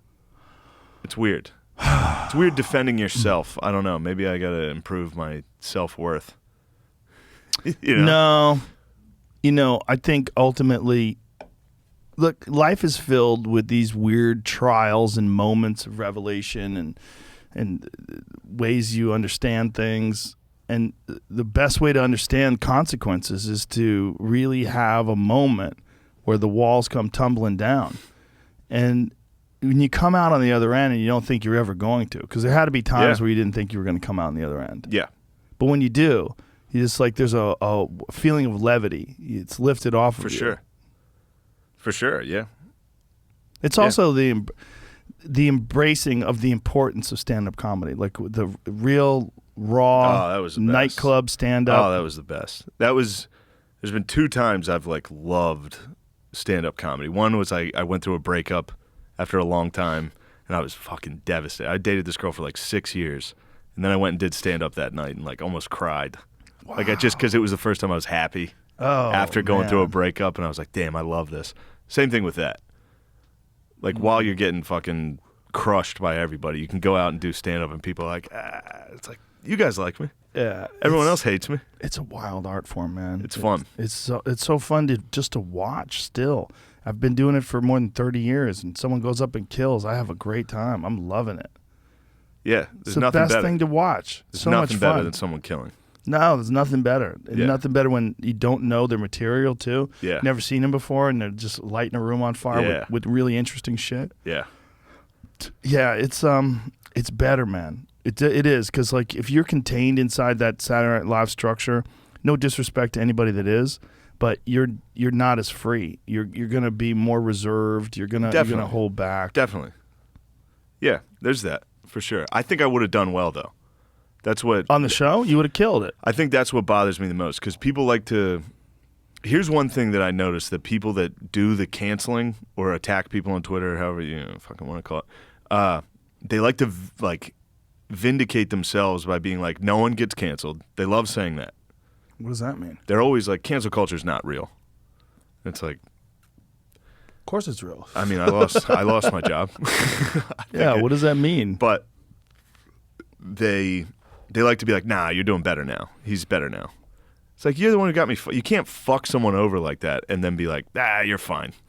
Well, It's like a real Big Brother thing. You ever like, yeah, you know, He like, beats you up stop and go, crying, trying to you're make you tough. fine. Yeah. And they like to say like SNL couldn't have used me or wouldn't have used me. They would have been like, he would have been a waste on there anyway. It's like, I think I could have been good. You would have been great. Yeah. But you would have never had the kind of freedom that you are doing your sketch show now, that you have, rather. For sure. Your sketch show now is wild and raw. And that fucking OnlyFans dad that you sent me today, yeah. holy shit, dude. I mean, Yeah. imagine. You would not be able to do that anywhere. Yeah. And it's better than anything SNL's doing. That's a fact. It's better. It's better for me. What Sure. I like. People like different shit, right? You ever get on a Sybian? Not yet. Those things hurt. I'm sure. It fucked my groin muscles. Really? Yeah, that was like a hard one to film. How do you film it? I just had to sit on that thing for And hold your legs together? I was like straddling it. Was your cock and balls really out? No, No? but I was in like a flesh colored Speedo? like Speedo, which there's all these like girls around, dude. I'm not. It looks terrible, dude. It's just, and you're nervous when you're filming stuff. Oh, yeah. So I had like the smallest dick possible, Of course. like that sticking out forward. Don't even look at it. You might be able to see it through there.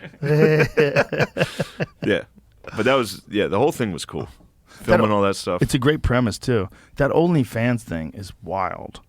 I mean, I know a girl who makes $100,000 a month showing her feet. Nice. Like, what? Yeah. She works for a buddy of mine. She's like works on his podcast. She makes Yeah, she just shows $100,000 feet. just showing her feet. $100,000 a month. Yeah. Yeah, what? Right. How horny are these guys? They're so horny. But it's not just that they're horny. They're like, it's very like they're fans of this one person because they've seen her before, and so they want to jerk off to her feet. And it's just her feet. Yeah. I don't know. I haven't subscribed, but that's what I understand. It's just her feet. Yeah. I mean, probably like her and her underwear in her feet, those kind of things. If like the Pamela Anderson, Tommy Lee thing launched on OnlyFans, how that would have gone down. Right. And if they just started just banging Yeah. on OnlyFans, just releasing videos. Yeah. A lot of girls got into OnlyFans during. Well, it's a great way to make money, but the problem is you get addicted to that money. If you're making $100,000 a month and then Yeah. you go, you know what, I really want a family someday and I got to stop showing my cooter, Yeah. and then, you get off of it, and you realize you got a $4,000 a month condo, and you're like, what am I doing here? Yeah, I gotta show my pussy again. Yeah, I got to show my pussy to pay for this fucking Lexus I bought. It gets weird because you can get imprisoned by bills or your lifestyle, and if you have that kind of lifestyle, it's super hard for someone to give up that kind of money because that's like way more than porn money. You know, porn star, like unless you're like top of the food chain porn gal, you're not making that kind of loot. Yeah, porn stars are pretty exploited. Well, they're doing OnlyFans now too. Good for them. That's actually nice. Yeah. That's good. Well, they're not just exploited. Like they're in a weird situation now where no one buys DVDs anymore, right? So that was where they made the most money. One of my neighbors back when I lived in California is a guy that I did jiu-jitsu with. He was like 2 houses down from me. He was a big porn producer. He was a crazy dude, really crazy guy. He was always coked up and He was doing great, balling, making videos, and he would tell me like the real money's in producing, and then the fucking internet comes along, and just pulled the rug out from underneath that business. Then everybody was just getting porn for free. Yeah. And so like they went from making millions and millions of dollars every year to nothing. Boom. Yeah. He lost his house. What'd they do? His house got repossessed. Really? Yep. Yeah, he lost his house. He moved out of the neighborhood. They eventually foreclosed on his house. And it was a wave of things falling apart. And I mean, I think the only people that can make any money are the girls. The guys make very little money because there's always the actors, the male actors, the male actors, male actors, thespians. Yes, those guys they can't make much money at all. It's hard unless they're very of course, very industrious and they figure out some sort of subscription only plan where they only fuck all the hottest girls, right? Yeah. I'd love to add to this. It's a weird world because a lot of people beat off. But a lot of people like to lie about it. Yeah. It's a weird world. I've been up before Ari got here. I was just up in Tim's mansion in the hills alone, just beating off up in the mountains. Nice. It's good. Beating off's good. I'm glad we could do it. Beating off up in the hills. It changes people's feelings about things. You beat off, it relaxes you. Oh, dude, I'll start DMing or like texting girls or something. Yeah. Just one beat off. Like, what am I doing? What the fuck am I doing? I used to have a whole bit about jerk off first, then think about keys to life. Like if you're thinking about doing something, just jerk off and then look at it. Because a lot of times your perspective is marred by this desire to breed. Yeah. And you don't really like the person that you're going to call. Yeah. That you're not really like socially compatible with them, but you want to fuck them. Yeah. And then you jerk off and you go, oh. Like if a guy jerks off, the bit was basically that if a guy jerks off and still calls you, he fucking loves you. Yeah. Like that's real. Loves you. Yeah. Not just the opportunity to. Not coming. Yeah. It's so embarrassing. When you're a young man and you don't understand it, like I remember being like 18 and 19 being so confused because I was really into a girl and then I'd have an orgasm and I was really not into her. Yeah. Like really quickly.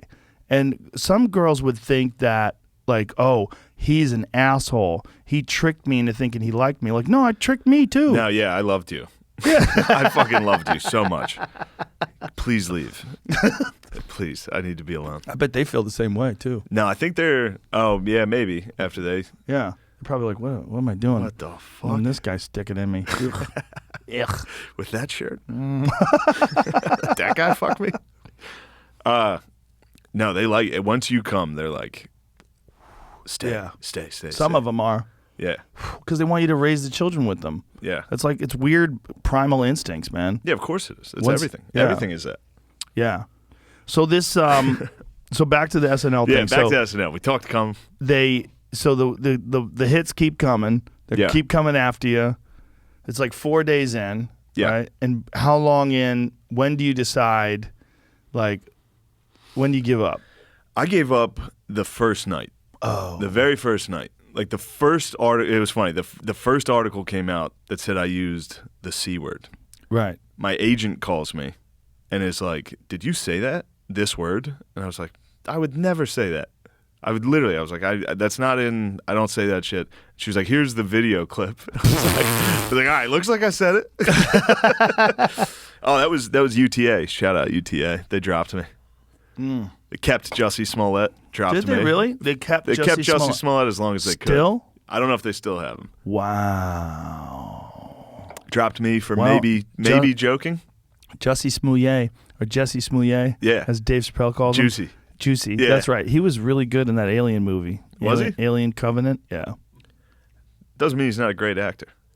He's But not he a great actor. maybe- How about that? Is he not? No. He was okay in that movie.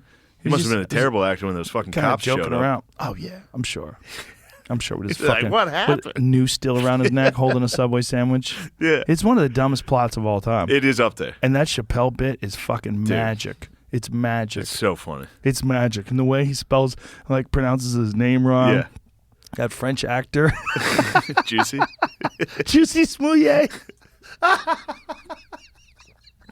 Yeah, he's incredible. Oh. No, I just wanted to shout out UTA. Yeah. Listen, man, all those structures, all those things, they can do you good. They don't get me wrong. But they're basically like bridges that'll fall apart in the middle of your journey across the river. Yeah. They you can't count on them. No, they turn on you. Yes. The Instantly. moment they have to, they'll turn on you. Yeah. And they will. That's okay, though, as long as comedy doesn't. Yeah. Comedy is the only thing that we can all count on. Comedians and audience members that love comedy. And there's a lot of people outside of that world that will try to change the true meaning of what you're saying and try to pretend that you're being serious and try to pretend that you're a bad person or to try to pretend that it doesn't matter. And you should never be able to say those things again. And you're a racist or a sexist or a homophobe or this or that. And you guys can all eat shit. You can all eat shit because you know what you're doing and it doesn't work anymore. Yeah. The thing about this whole climate, this oversensitive climate, is that people are fed up with it. Yeah. And so there's a massive rebound when someone gets through on the other end. Yeah. Yeah, people are everybody's tired of it. Yeah. It's every day. Yeah. It's every day. But there's still people that is their currency. That's what they trade in. So they're still trying to cancel people all the time. And with a lot of it, and one of the things that Tim said, and then I became friends with Tim after he wrote something really insightful about comics that were coming out against Louis. And he said one thing that they have in common is they're all really mediocre. And they love the fact that this brilliant guy is being taken out, so it moves them up the ladder, and they're trying to gain social clout by attacking him. It's 100% true. And the Louis thing was everybody knew that. Everybody knew that story about Louis in comedy. Oh, yeah. Before that it dropped. Yeah, I knew Before about the it. news broke, I knew about it. I was an open micer in Philly. Well, I knew that he used to ask Sarah Silverman, and he would jerk off, and she would say yes. Yes. And he would jerk, and they would laugh about it. We heard the stories, and then, so everybody knew it. Again, I knew it. I was an open micer in Philly. Yes. I'd heard about it. I didn't know it. You know what I Right. mean? And then as soon as it becomes in the news, now every comedian wants to speak out against it. It's like, where were you? Right. When you heard about it. I heard about it. Right. They were scared when Louis was on top that, if they came after him, then everybody else would take out them to try to, make Louis happy if Louis didn't get taken out. But once it was clear that Louis was hit and wounded, you ever see what happens with buffaloes when they get attacked by a lion? It's really interesting. When there's a video of these water buffaloes get attacked by a lion, and one water buffalo gets attacked and finally manages to get free of these lions. They're fighting off these lions, finally manages to get free. And as he's moving around, another water buffalo comes along and slams into him and knocks him over. And then the lions get him. And I'm like, that is comedy. That's nature. That's humans. That's just biology. When someone senses weakness, the really shitty people amongst them, those people attack. It's pretty funny that Buffalo did that. Yeah. It's funny. The video's funny because you watch him like, look at that cunt. He's going to get out of this. Oh, man, he got And then betrayed. his friend comes along, rams into him and knocks him over. I Fuck watched you. those videos. Just stand up for yourselves, water buffaloes. They try. All Every they have once is in a while. horns. All they I have know, is but horns. there's so many of them. Yeah. There's a place in Africa. There's Kroger? an amazing documentary called Relentless Enemies. And in this documentary, there's a strange part of Africa where the river shifted. And when the river shifted, these lions and these water buffalo got stranded on an island. and it's a large island, but it's only filled with water buffalo and lions. Yeah. And so because the lions can only hunt buffalo, they all grew bigger. So they have enormous lions. Like the female lions are as big as a male lion everywhere else. And they look cartoonish. Like they have giant muscles like the Hulk. It's crazy because all the ones that survive are ones that figure out how to attack lions. Yeah. Pull up a picture of these fucking lions. Remember that documentary, Relentless Enemies? Oh, there's the Kroger one. Yeah. Kruger? So, is this the one where the buffalo escapes? This is where the boys finally unite. Yeah. This is where they unite and try to take out the lions. This is great. They start fucking them up. Yeah. Well, lions are so much smaller than a buffalo. Yeah. And once they start attacking the lions, it's like, it's kind of sad now. Not really. It's how it goes.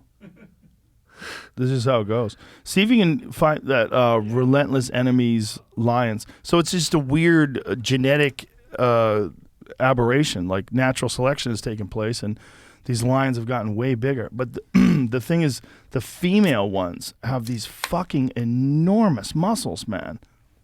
Like, there it is, the 2006 I love full the movie jacked English. women. Yeah. There's Relentless Enemies full video. Oh. Oh, just give me some images of the jacked female lions. Anyway, that's the idea. It's a great documentary. If you're into it, go check it out.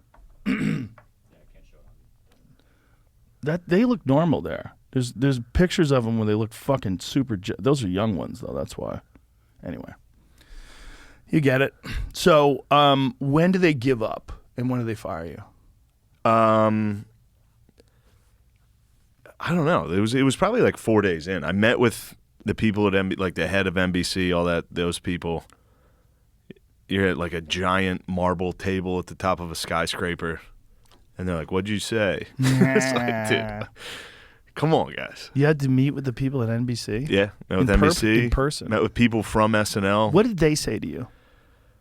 I hardly remember. It was such like it was for real. It was like I blacked it out. Like it was that fucking like Traumatic. this is maybe traumatic, definitely traumatic, but like Surreal. it was so surreal. Like it was totally I detached and I was like, no, I don't care. I kept being like, I don't care, and everyone would be like, are you all right? Like, are you okay? I was like, yeah, I'm fine. You know what I mean? Right. Because you don't want to be like, no, I'm not okay.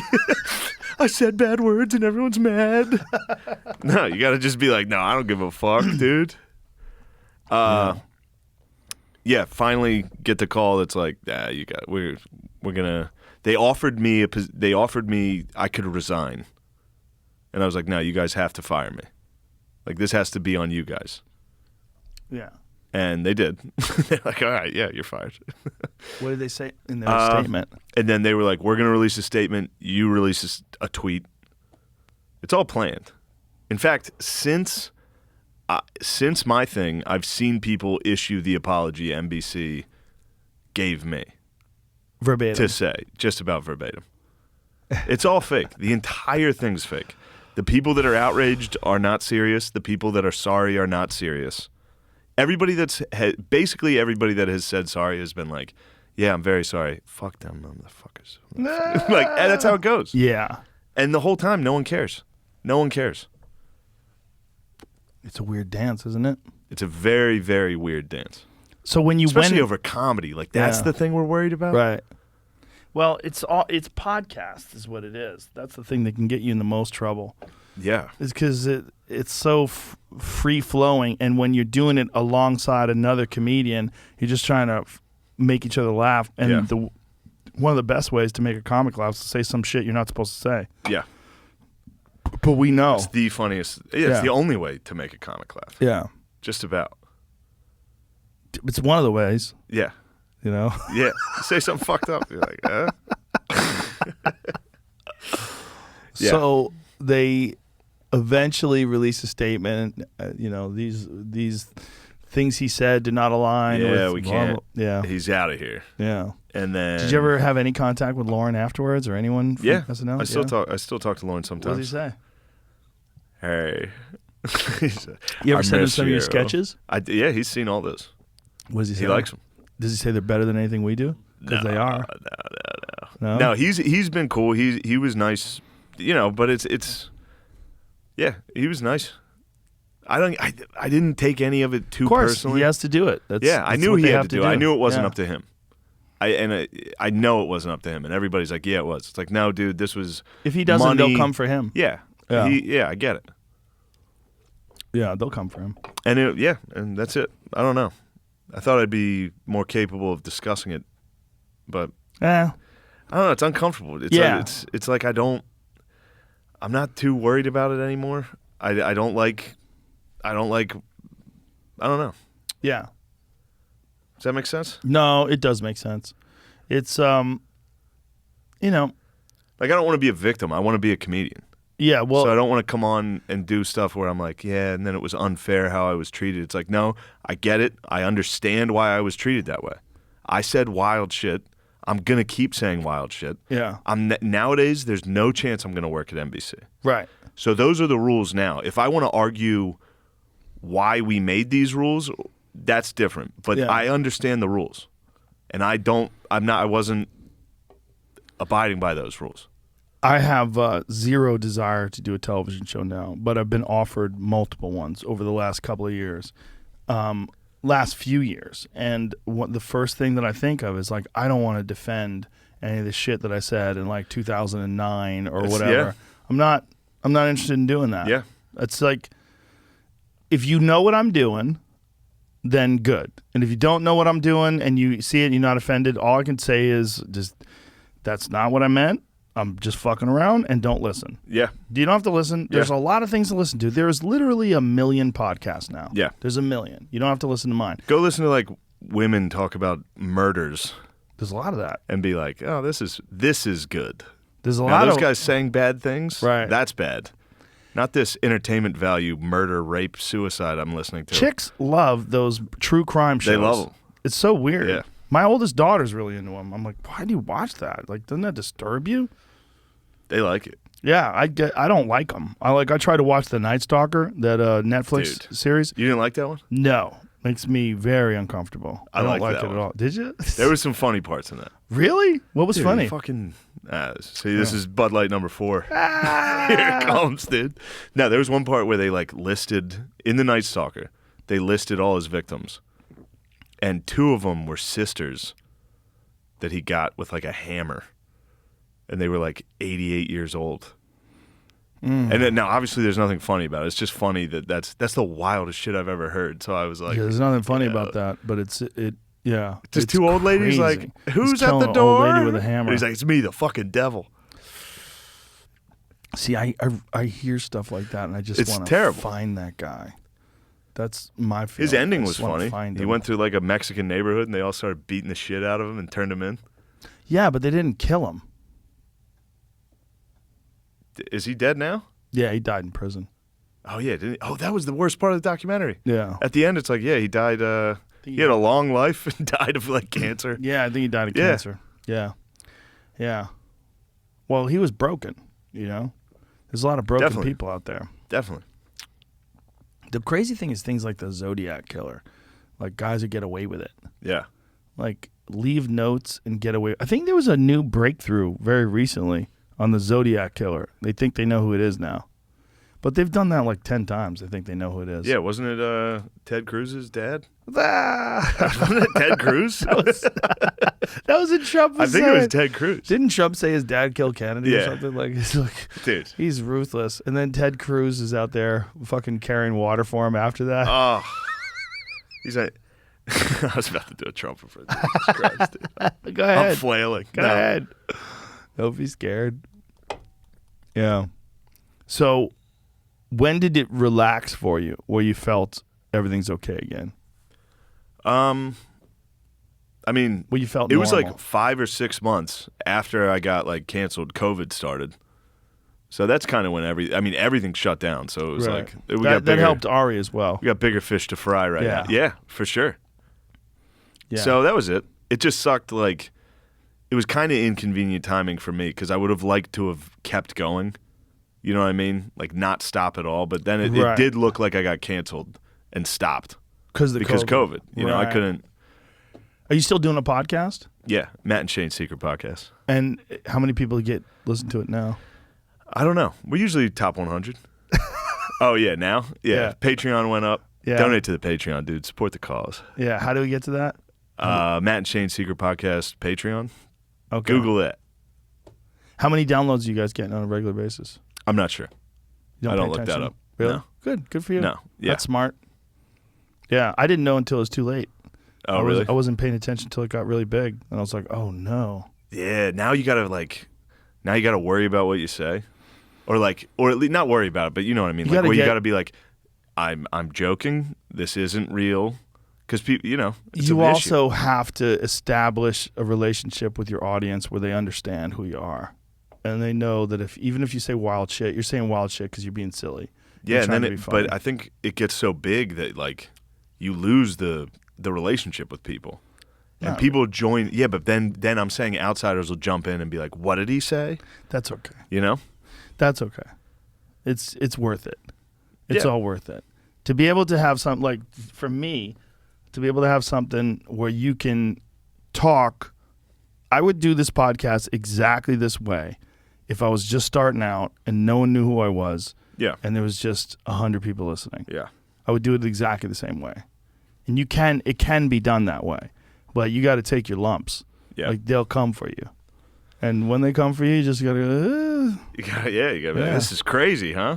yeah, and I just keep going. I was taking the fucking subway home while getting canceled. I would go to 30 Rock and meet with Lauren, and they're like, we're gonna be all right, all that. And then I would get on the train home, and everybody, it was #1 on Twitter. So people were just looking at their phone, looking at me, just sitting there I literally watched people go like this, just staring at me. And I'd be sitting there going, second eyes. I'd go like this. And what did they say? It's me. Did you have conversations with I've people had a couple. about it? Yeah, I had a couple, and everyone was like, "Yo." Every normal person is like, "Yo, this is crazy." Yeah. Yeah. Well, people understand people inherently, but when people try to pretend they don't and try to reduce you to the worst thing you've ever said, and this is you, this is evidence of you. They're all failures. That's the crazy thing. The people that want to do that, most of them, they want to be a comic, or they were a failed performer. They were either a failed comic or a failed writer. There's something wrong. Yeah. Most critics are critics because they don't have anything to contribute. Yeah. They don't have do you think Stephen King wants to be a critic, right? Do great writers want to be critics? No, they want to be writers. They want to put out art. They want to explore the boundaries of their creativity and their discipline to bring that creativity into a tangible form where other people can absorb it and appreciate it and enjoy it. And if you can't do that, you criticize. And that's actually a good point, because before, while I was an open micer in Philly, I was criticizing because I wasn't creating anything good. So I would sit there, I'd be like, this person sucks, this comic sucks, fuck them, fuck that. And then you start to get good at stand-up. You start to fucking meet these people that you just shit on. Yeah. And you're like, what the fuck was I doing? Why the fuck was I? So it's almost the same thing where while you're in that little incubation period of being an open mic, I was miserable. I was like, fuck these people. That person sucks. They suck. Everybody sucks. Dude, I'm good. Thing. I had the exact same experiences when I was coming up because I was super hypercritical of other people. Yeah. But it was because I wasn't doing well. Exactly. Yeah. And I remember I had a bit about Jenny McCarthy, and then I met her, and she was so nice. Oh, what a bummer that is, isn't it? I had to drop the bit. Holy fuck. It was just a bit. It wasn't the meanest bit in the world. It was a bit about her. I read that she was getting her breast implants removed. And I go, that's like Tiger Woods chopping his fucking arms off. I go, put them back in and make them bigger, and no talking. I go, you're not famous because you're gonna. What are you gonna go do Shakespeare in the park your now? mind? I go, you're hot. You think we like your mind? Yeah, but it was just mean. And then I met her, and she's so friendly. It happened and I was to me. like, fuck. It happened to me like crazy. Every comedian, I'd be like, this person's special sucks. And then I'd meet them, and then I'd see them do stand-up and be like, fuck, they're so much better than me. They're so good. You know what I mean? The thing about specials is everyone's special is 60% to 70% less funny than how they actually are live. There's no way around that because the experience of being there live is magic. And I say this as an audience member. Like, I watched Chappelle. this week we did these 2 shows in Vegas, and Chappelle has this bit. I don't want to give it away because it's so good, but there's this bit about the Me Too movement. It had me crying, like tears are rolling down my eyes. I'm holding my sides. I'm like, if you see this live, it's so good. And I was like, there's a special thing in the air when you see a comic live. And you get a lot of that through a special. Like I said, 60 to 70%. You don't get 100%. No. You don't get 100%. No. And you're also tense when you're doing a special. Like, especially like you did this special this past weekend. This past weekend, yeah. And I was super bummed out when I heard that you only got to film one night. Yeah, because I like Saturday. 2 nights. I do 2 nights and I do 4 shows because that way I'm loose. Because I know I have 4 shows to get it out. Work. One of these are going to be great.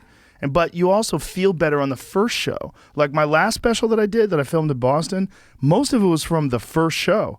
The reason why I did a couple of extra bits in other shows that I figured out a way to sandwich in because I forgot to do this on that first show. That's the only reason why I put anything in from other shows. Because the first show I was super loose because I knew I had 4 shows. Yeah. But some of my specials before that, I only had 2 shows. And you go out there for those 2-show specials, you're like, boy. I got lucky. Saturday early, I did well. If I hadn't, Saturday late show sucked. And if those had reversed, like if my first show sucked, the confidence. I would have just been on stage just like, what the fuck? One of my biggest specials I did was in 2014 for Comedy Central, and a lady heckled me during my first set. I would have lost my. I'd be like, you bitch, I'll fucking kill you. It was such a dumb heckle too. She's like, prove it, and I was like, oh my god, you're in the. She also didn't understand what I was doing. Like I was going. The bit was about the guy that broke into the White House. I remember that bit. That wasn't a bit. That was the second special. It was another bit, because that was my 2016 special. That was Triggered, but whatever the bit was, it was a setup. And it eventually made men look really stupid. But the beginning was like, hey, where you going with this? Exactly. And then, I see where you're going. It happened to me this weekend. I was doing a Trump joke, and I started the Trump joke, and she was like, we hate Trump here. I was like, do you hear what I'm saying? Right. Like, do you think I'm going to do a special where I go on stage and I'm like, I loved our last president? Like, what type of psycho would that, you know? Right, it's not funny. I'm not going to go on stage and be like, I support the government. Right, just let the bit play out, stupid. Just listen to me. Yeah, but people are just wanting their voice to be heard, and they're not taking into consideration that you're filming something, you know? Yeah. And if you are, they want to be the one who gets it on recording. Yeah, as if we're going to keep it. Yeah. Well, you live, you learn. Yeah. Yeah, but filming specials is a fucking harrowing experience because... It was the only one I did, got done... and sat in Tim's house all my friends went back to Philly and New York. I stayed in Tim's house by myself for like 2 days. I was like, damn, I'm sad. Why are you It's sad? like a depressing feeling. I don't know. I never filmed a over? special. Yeah. Oh, this is your first special? That was the only thing I've ever How long have you been doing filmed. stand-up now? It was like 10 years, 8 years. That's around the time to do it. Yeah. Yeah. And It's an uncomfortable feeling when you're done. It's like, could I have done better? Stuff like that, you know? Yeah. Are you happy with it? I don't know. I haven't seen it. I probably won't like it. I don't know. If you had a chance to do it again, you know, like Whitney was about to do a special, and we were hanging out in the parking lot at the Comedy Store, and she was like, you know, I'm confident and everything in this, but you know, like, what do you think? And I said, you know what I think? I think you got some amazing premises. You're a fucking hilarious comedian, and every special that I've ever done, there's always like 6 months before the special comes out or 5 months. And during that time, I'm still doing some of that old material. Yeah. And it gets better. And I'm like, fuck, if I just waited 3 more months. Yeah. I go, I think you should just wait a little. Because I see some of these bits, you're thinking them out while you're doing them. They're not they're not just drilled into your DNA yet. And sometimes bits do get, they have a time, like a wine or a whiskey or something like that. There's a time where it's, take it out of the barrel, it's ready. Yeah. But if you take it out of the barrel early, they seem clunky. Like, I remember Louis was doing a special every year. Yeah. And I think even he realized, like, this is not the way to do it. They're not ready after a year. But 2 years seems to be the number. And maybe 3. Yeah, maybe 3 is even better. It's tough to tell. I don't know. I'll see how mine. I don't know if it was good. I think it was good. Yeah. I thought it was. It's always good to just get one out there anyway. Yeah, and I'm doing it. It'll probably be on YouTube. I'll That's just like- make it myself. Look at Fuck what it. Norman's doing. Norman, Norman's all those fucking guys. killed Yeah. it. Schultz killed it on Schultz. YouTube. Yeah, man. YouTube made him. It Yeah. really did. You Yeah. know? I mean, his special murdered Schultz on helped. YouTube. Schultz helped with Gilly and Keeves. Did he? He was like a big influence, like talking to the people I was trying to make it with. Like, yes, do it. Because a lot of people are very like, you don't want to risk losing money. It's like, if we just put our money together and make something really good, it'll pay off. Right. Maybe not right now, but in 5 years, Yes. it'll work. Right. You Yeah. know? And they needed to hear it from somebody who actually had that happen. Well, he's one of the most industrious of all the young comics. Yeah. He's in my Absolutely. opinion, he's like the best guy that took advantage of the pandemic too, because he put out Yeah, those him and Tim. those him and Tim videos. were Yeah, Tim's amazing too. both of them. But what he did with those sideways videos, like turn your phone sideways, and then these wild rants where it's Yeah. like punchline, punchline, punchline, bang, bang, bang, which is very different than his actual stand-up. Yeah. You know, where his stand-up is like he'll hold a laugh, he'll Yeah. work the room, he'll fuck around a little. He's super loose and relaxed. But these things, he had figured out a very specific rhythm that's applicable for watching it on Instagram. Oh yeah. Genius. Yeah. One of the best. He is. And he's a great dude. A lot of Great- people- he's the great man. guy. He's a nice guy. All these guys are great. Yes. That's what's funny about it. Yeah. Like, you're great. I was excited. I was like, you know, when you meet someone famous, every once in a while they suck. Yeah. You were great. Thanks. Anyway, that's cool. I try to be a nice guy. You were. It was crazy. You were one of the nicers. Were you worried I Nicer wasn't going to be guys. nice? Sometimes you can be crazy. Oh, yeah. You get to your level, people lose their fucking minds. Yeah, it's hard. It's the RPMs. It's like your hull can't take the RPM. It's crazy. I mean, we went to Yeah. that bar. It filled Yeah. up after like 45 minutes. That was must weird. be crazy. Yeah. What was weird is like people tell people that you're somewhere. We went to see what's it true? Netherland? Fuck, no. dude. What are they called? Nether Hour. Yeah. Nether Hour. Really Yeah. talented guys. Yeah. And so I called Tony. I'm like, "Where you at?" And he's like, "We're seeing our friend's band. They're playing at this little bar in the east side. No one's there. Come on down." So we go, "Fuck it, let's go." So we all Yeah. get in the SUV. We all head on down. We get dropped off. We hop out. We go in there. There's like 20 people in the whole place. Max. Within 40 minutes, there's 300 people there. Yeah. And everyone's staring at you, and they all got their phones out. I'm like, "Oh, Christ." Yeah, man. It was weird. And we were a little fucked up. So like We I were like, lit. yeah, we were fucked up. We were lit. I like The kind next of looked day, around. I was like, holy shit, this place is full. I had a pounding headache. Yeah. We just kept doing whiskey. There's a Yeah, lot it of was- whiskey flowing around, but I was having a good time, man. It was was like fun. It was great to meet you. I was like, we got this ball rolling. We're having Yeah. fun. Let's go out. Let's go see a band. Let's go It get was some fun, food. man. Let's It's fun fuck around. watching you. I got to watch. Yeah, it's fun to watch you. It's fun to watch famous people like live. Why you is know? that? What's weird about it? It's you can't like you go out and that happens. Like it's just weird to see like you have like 45 minutes to be like, all right, I'm normal for 45 minutes out at this bar, and then Yeah. it's ruined. You know what I mean? It got ruined. That's what I No, mean. So there's it like got a to the small point where window. people to, kept coming in. We're like, Yeah. we got to get out of Can I here. get a picture with you? I was just like, God damn it, dude, get out of here. That's when it gets weird, when you can't have conversations, when Yeah. everybody just wants to take a picture.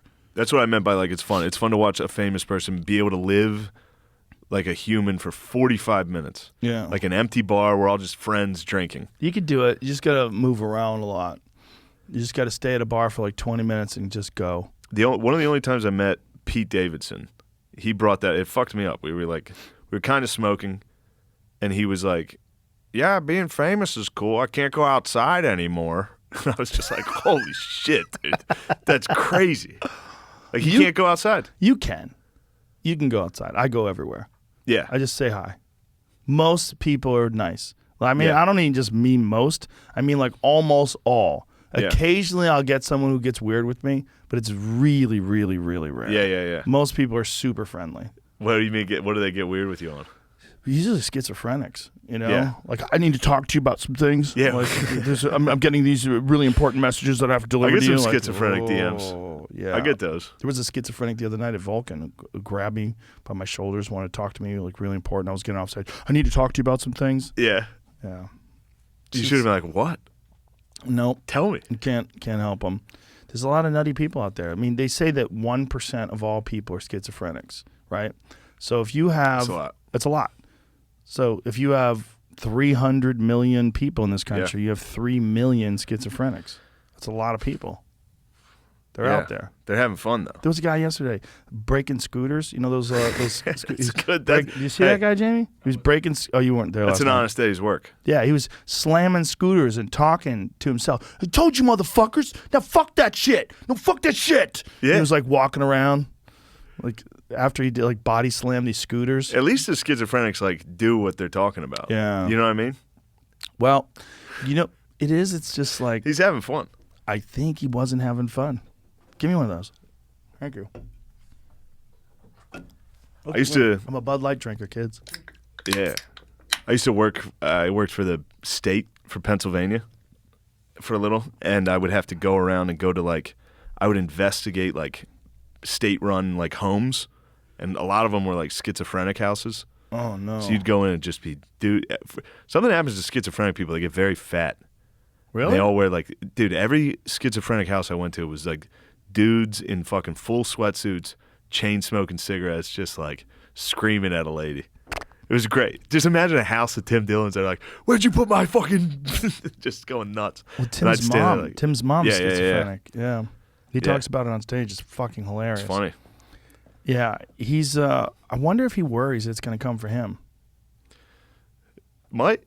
Well, as you get more and more famous, like he's handling fame very well because it hit him. Yeah. You know, he's got that crazy internet fame where it hit him over the last, I will say, like 3 or 4 years. Yeah. It's like ramped up pretty significantly.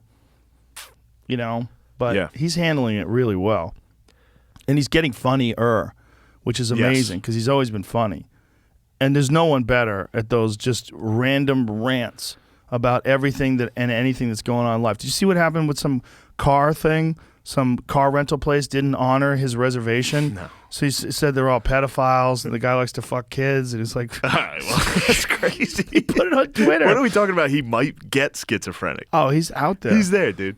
Yeah, but he's not schizophrenic. He's No, doing of course, comedy. Of course, but I'm saying But that's he'll literally attack. what you just said was the most schizophrenic thing I've ever heard. Or funny. I went to war with the fucking Enterprise. I called them all pedophiles. It wasn't Enterprise. You have schizophrenia. It was a small luxury rental car company. I wonder if he course. still got it up on his Twitter. They made him pull it down. It's still up there? Wow. Every once in a while, Tim will do something that reminds you that he is gay. Every You know once what in a I while? mean? Like what? Like All right, we're back, folks. Young Jamie went wacky, and he started spazzing out. He started doing karate underneath the table, and he kicked some wires. Jamie fucking freaked out, fucked up. I was in such a good flow there. You were so good. That was crazy. That's what people say when you come do this podcast. They're like, first couple minutes you'll be nervous, and then you just develop a flow. And Is I that think what I they say? did that nicely. Who said that? Norman? Norman. Start being gay. Yeah, Hey, comedy. hey, I'm gay. comedy. No, Hey. I'll be all right. Yeah. Well, you're how many Bud Lights in now? 5? This is 5. That's a normal amount. This is about where I take control. Oh, tell me what. Tell me what to say. Dude, I'm what are not we saying talking shit. about? The anxiety over the shit I've said on this podcast already. Really? Yeah. You haven't said anything bad. You're I good. know, I Trust know, me. Just I know. stay off Twitter. You got to stop reading comments. For sure. You think you're going to get to a point one day where that'll be untenable and you're going to have to just like not read it? I'm getting better. It comes and goes. Like I'll be like, I won't read Reddit or Twitter or all that shit. I read Reddit. Reddit's wild. Reddit's wild. Those fucking people are wild. Well, that's the thing, because Reddit is wild, and it's funny though. Yeah. When it's not me, it's Yes. hilarious. Well, Reddit is filled with some of the most intelligent commenters on the internet. Yeah. And psychopaths and idiots all mixed in together. Yeah.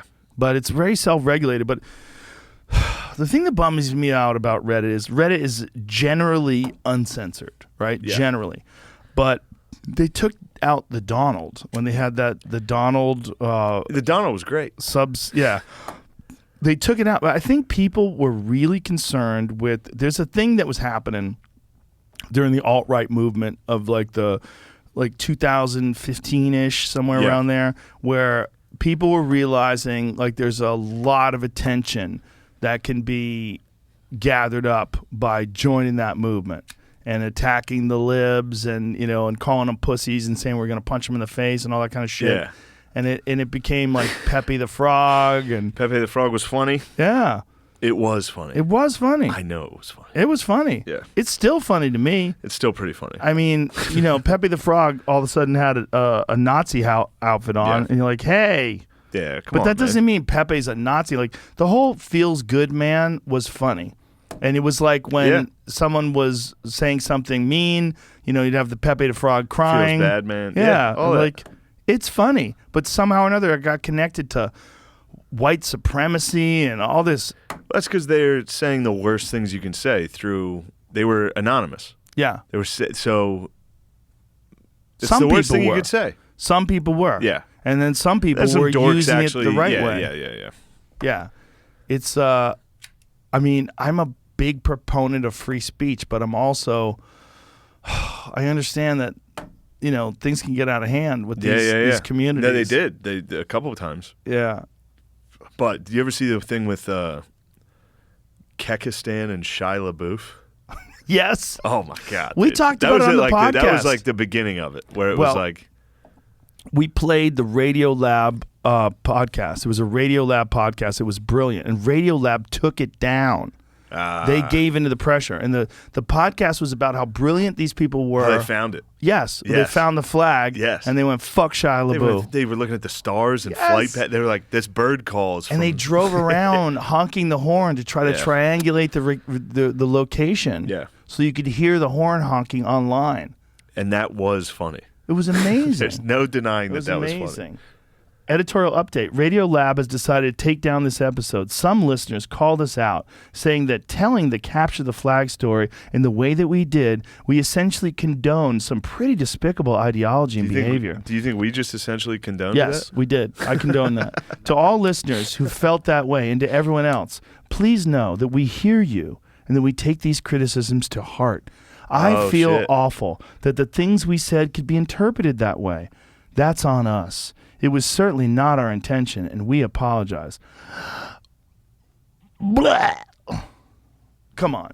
Nonsense. You're reporting on a fascinating thing that happened on It was the internet fascinating. where It was- a pretty it was preposterous crazy. actor who's really ridiculous, he will not divide us. Yeah. He will not divide Yeah, he was us. freaking out. Yeah, and he puts up this flag, and they found the flag. They found the camera. Like, that's just what the internet does. Yeah. It's beautiful in that way. Yeah. And what they said, they didn't condone anything. They're reporting on people smart enough to figure out where the location of this thing is based on the goddamn stars in the sky. Yeah.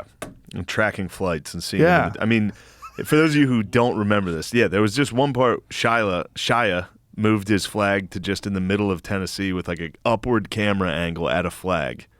And they just looked at the sky in the background and figured it out. What did the flag say on it? I think he will not divide us. Yeah, that was it. Yeah, he will not divide us. This is the flag. And then it was funny because they were all like weaponizing autism. That's what they were saying they were doing. They were like, he has no idea the power of autism. Just guys, autistic dudes in their basement. Like, it was fun. They were having fun. But I can't believe that Radio Lab is owned by a corporation. That's what it is. Well, that's it. Yeah, it's absolutely. That's again back to the SNL thing. That's exactly what it was. The whole time I was like, I get it. I'm gonna get fired. Yeah, I know I am. yeah. I know the rules. When did it feel like the storms passed? I would say, Right before this podcast gets released. oh god damn it, yeah, this one. Well, the problem is now I have to like pick a side. So like me coming on here and being like, I understand why I got fired. It's fine. People are gonna be like, fucking pussy.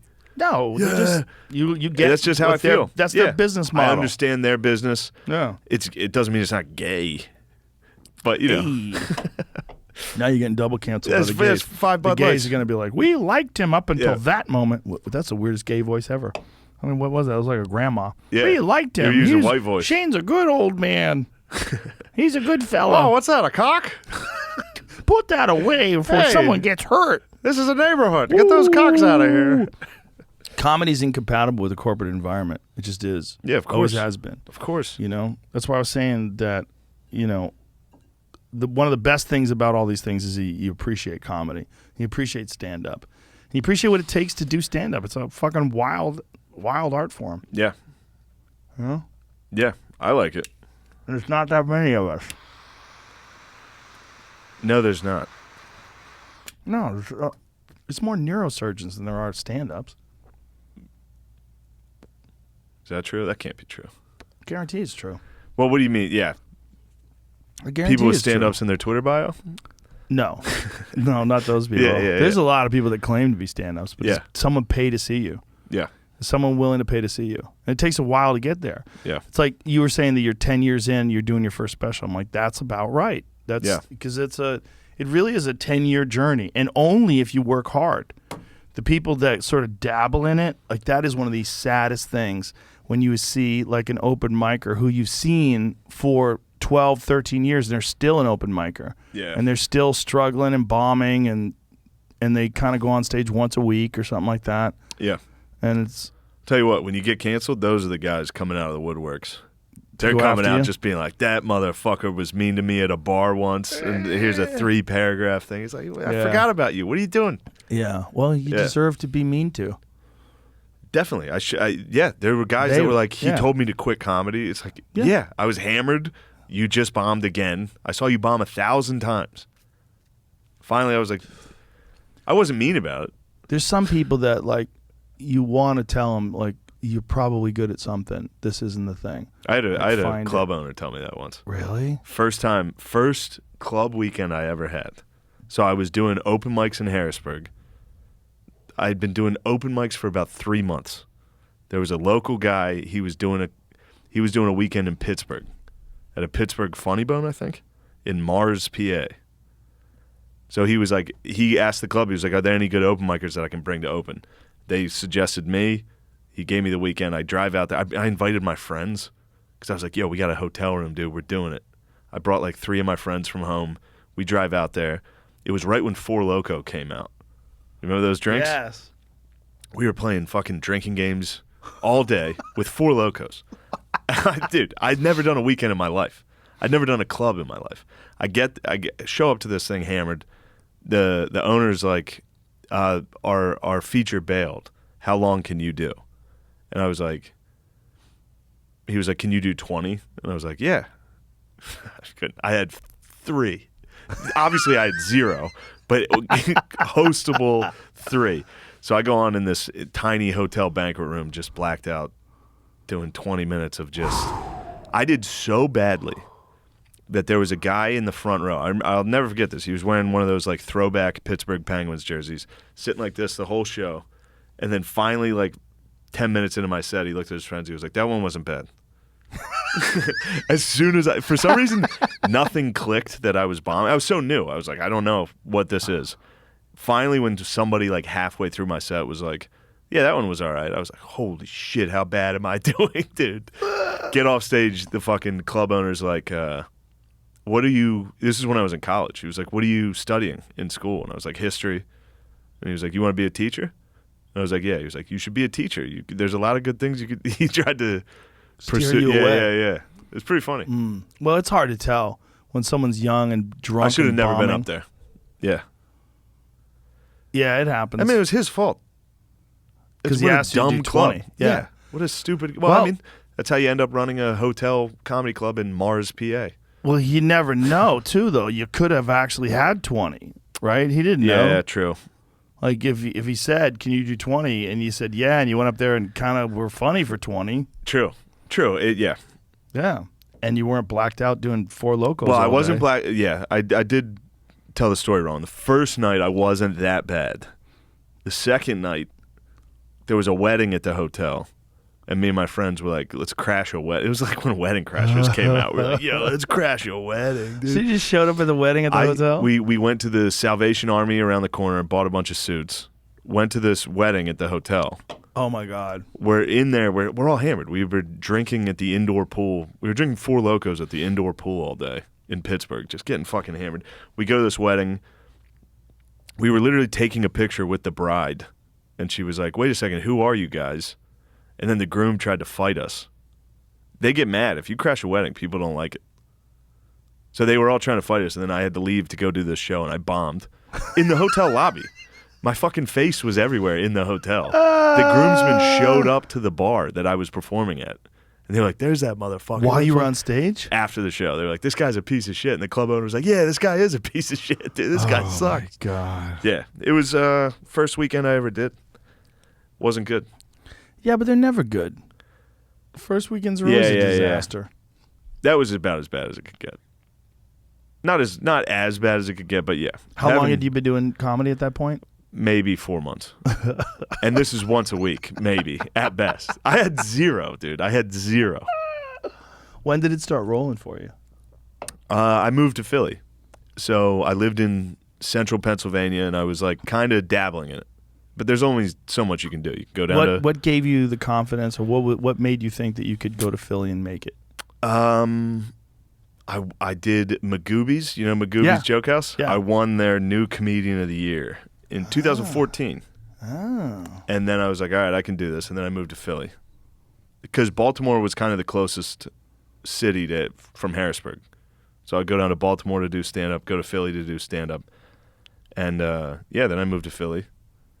And I moved to Philly with the sole intent of doing stand-up, you know. I didn't move there. I moved there with no job, none of that. Had you graduated from college? I did. So you had a degree. I had a degree in history.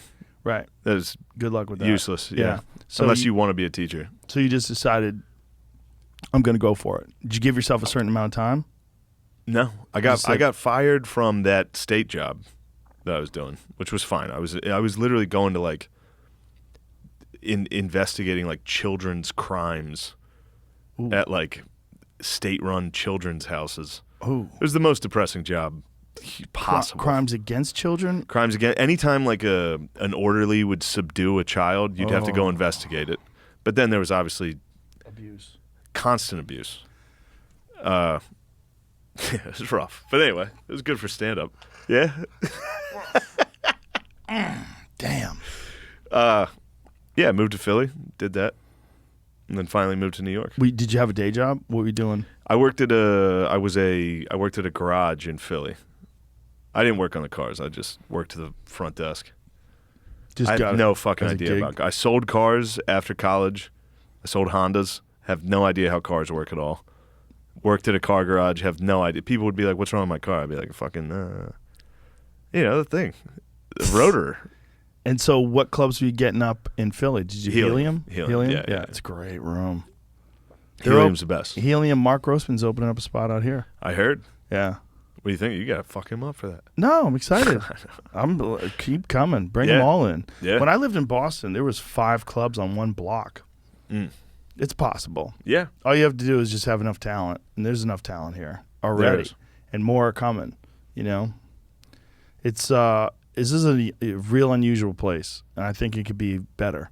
I think this could be the hub of stand-up in the country. I think it's totally possible, and it could be separate, as I was saying before we started, separate from any other showbiz institutions that are more hesitant to take risks, right? Like television and film, and this is connected by it is now a mainstream network of podcasts.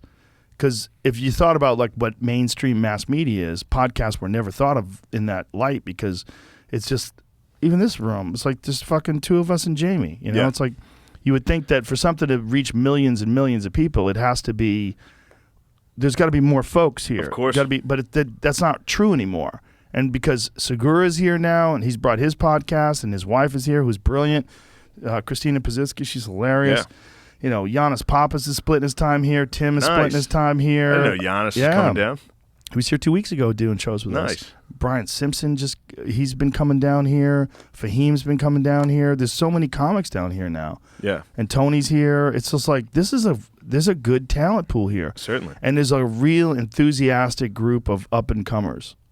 Real enthusiastic. Yeah, they moved. Yeah. A lot of them. There's some up-and-comers that came from L.A. and New York and all that. Yeah, I would have had the club up already. The goal was to be up by July 4th, but we ran into some wild shit that I'll have to talk about eventually. Yeah. But it was a disaster. That's all right. Take your time. Yeah. Get it out. It's all good. I mean, younger comics should. It is a good opportunity. Like if you want to move to New York or L.A., good luck. There's gatekeepers. Yeah. Right here, it's pretty good. Here, there's escorts. They'll help you in. Yeah. Because that's what needs to happen. I mean, there's a lot of these comics like Genevieve who went on the shows She's with been us killing. before. Yeah. David Lucas was on the shows with us. Like, we'll help you. Yeah. That's the whole idea of comedy is like a lot of comics just need a little help. They just need a little encouragement, camaraderie. They need to know they're loved and accepted and they got a place. They got a home. And that's what I'm trying to do out here. It's a good thing to do. Yeah, I think so. It's something I can do, and it's not something a lot of people can do. Buy a club. And, you're one of the few people that can. And run a club with the expressed intention of just keeping it open. I'm not using it as a money-making venture. I'm just trying to keep it open. That'll be sick. And you'll know, obviously, what a good club should look like, so the room will be good. Yeah. Yeah. I'm excited. Yeah, that'll be sick. Yeah, I can't wait till people start filming specials at my club. That's going to be exciting. That'll be sick. I'm going to make that available, too. Yeah. I just want it to be a super comfortable environment for everybody. And also a place where you could do wild shit. You know? That's what I want. That's why we all got into this. Listen, man, So I have would fun. be no one without Mitzi Shore. And Mitzi Shore was a wild lady. She was a wild lady. And if you want to talk about all of the people in stand-up comedy that are important, she is the most important person ever in stand-up comedy that's not a comedian. She's number one. Because all the other ones, whether it's Richard Pryor or Eddie Murphy or Dave Chappelle or George Carlin or Lenny Bruce or Kinison, they're all comics. Yeah. Bill Hicks, comic. She's non-comic. She's a non-comedian who is one of the most important people in the history of the art form. Because when she ran the Comedy Store, her whole thing was, the inmates are running the asylum. Yeah. She thought it was funny that the comics were running things. She thought it was funny that the comics would do wild shit. She thought it was funny that they would say crazy shit. And when people would call in or they would send in complaint letters, you know, like especially if they got kicked out from heckling. Yeah. That was like a lot. They would send, your comedians were rude to me. And she would read them and laugh. Yeah. That's She thought it was funny. They don't do that anymore. She didn't give a fuck. It was just her. She was so eccentric. Would you get like Christians coming at you? That's what everybody always like tries to make the comparison. Like the cancel culture now is like the left. A couple, 2 decades ago it was the right. Like the Christians being like, you can't talk about sex, you can't do that. I never really had that. I mean, I had a little bit where people would send letters and it stuff. feels easier to dismiss the right. Yeah. You know what I mean? They're less aggressive in their desire to stop you from doing your job. They might not want people to go to see you, or they might not want, their friends to see you. But I don't think they're trying to get you fired the way the left is now. Yeah. You know what the thing is going on with the left is a lot of it is they're being bullies. And a lot of the people that are progressive, that are really like open-minded, and unfortunately, there's a lot of people on the left that were bullied by assholes when they were young. Of course. So now they have like I was this. a bully. They have resentment. Were you a serious bully? Not like a mean one, no. They have a serious resentment, and they want to go after the people that They have they nerd think rage. are the Nerd rage, which that's is the what it most is. dangerous rage. That is real. Nerd rage is the meanest, saddest rage.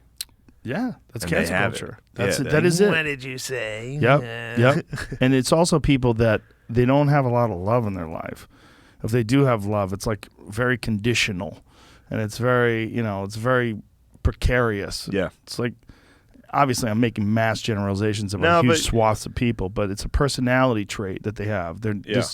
There's a thing that leads people to want to be completely uncompassionate and attack people relentlessly and try to get them fired. Most of those people have experienced deep pain in their life. It's that old expression, hurt people hurt people. Yeah. And that's what it is. Like, that's the reason why the cancel culture coming from the left is so vicious.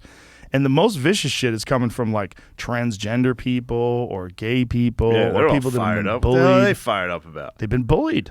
They've been bullied. They're angry. They've been picked on. Yeah. So that when something happens, they come for you. I don't know. The one thing I will say, like we touched on a little bit about like when I was an open micer in Philly, like I was talking shit, dude. I was like mean. Yeah. You know what I mean? Yeah. And that's where I think a lot of these people that are like these former comedians or comedians that are like, no, fuck them, fuck this. I think they have that, and I've been there. You know what I mean? Like, I've been in that where it's like, I'm not doing shit, so I'm just sitting around like, oh, you think they're good? They suck, actually. Yeah. It's just bitter. Even established comedians. A One lot of of the things them, you'll dude. see in established comedians is if you go to see them live, like Yeah. I've seen some of these established comedians on the road, and you got to half fill Friday night. Yeah. Because even though they're established, they're Yeah. not selling tickets. There's people that you know, even from television shows, Yeah. that have been on sitcoms and stuff. They're not selling tickets on the road. Yeah, imagine being like, oh, I want to see that guy who scolds people on fucking Twitter. Right. Let's go see what he has to say. Ugh. Can you imagine just listening to like a frumpy white dude giving you No. fucking a lecture about how to be a good person? It's exhausted. I've had some of those fuckheads on my show before. And Yeah. You get into these conversations when you realize, like, they're not thinking deeply or honestly about things at all. No. They're just subscribing to this pattern of thinking and behavior Yeah. that they think is going to get them And it's hard. It is hard to be honest. It is hard. It's very hard. Yeah, it's hard. Like, I'm struggling with it. I'm struggling with it during this, Yeah. you know? Yeah, I Because get it. I've felt the fucking... I have personally experienced what it's like when you try to be honest and you get fucking just back. People are like, what'd you fucking say? Yep. They come for you. Yeah. Yeah. And it does fuck you. That's the one thing I would like about cancel culture that does fuck you up. Like all those comments, they do fuck you up. Yeah. People want to be loved and accepted. Yeah.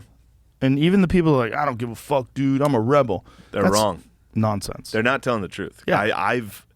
I have experienced it. I've seen people who have experienced. I'm friends with them. It does hurt. It Yeah, does hurt. it It does. is bad. Yeah. It's a bad thing to do to someone. Yeah. Yeah. It is. Especially when you know. everyone's fucking so mean to me. I'm one Bud Light away from being like, Joey, thank you so much for having Let's me. bust out the whiskey. Let's see if we can get you Yeah, to cry. I'll take a shot. Okay. Oh, we got some right here. You're an animal. Come on, bro. Joey Woo. fucking Give me that. Rogies. Give me that there. All right, take it easy, dude. Come on, bro. I am gonna cry. Not here for a long time. I'm We're gonna here cry, for a good dude. time. Yo, YOLO? I'm gonna Solid. cry on the podcast.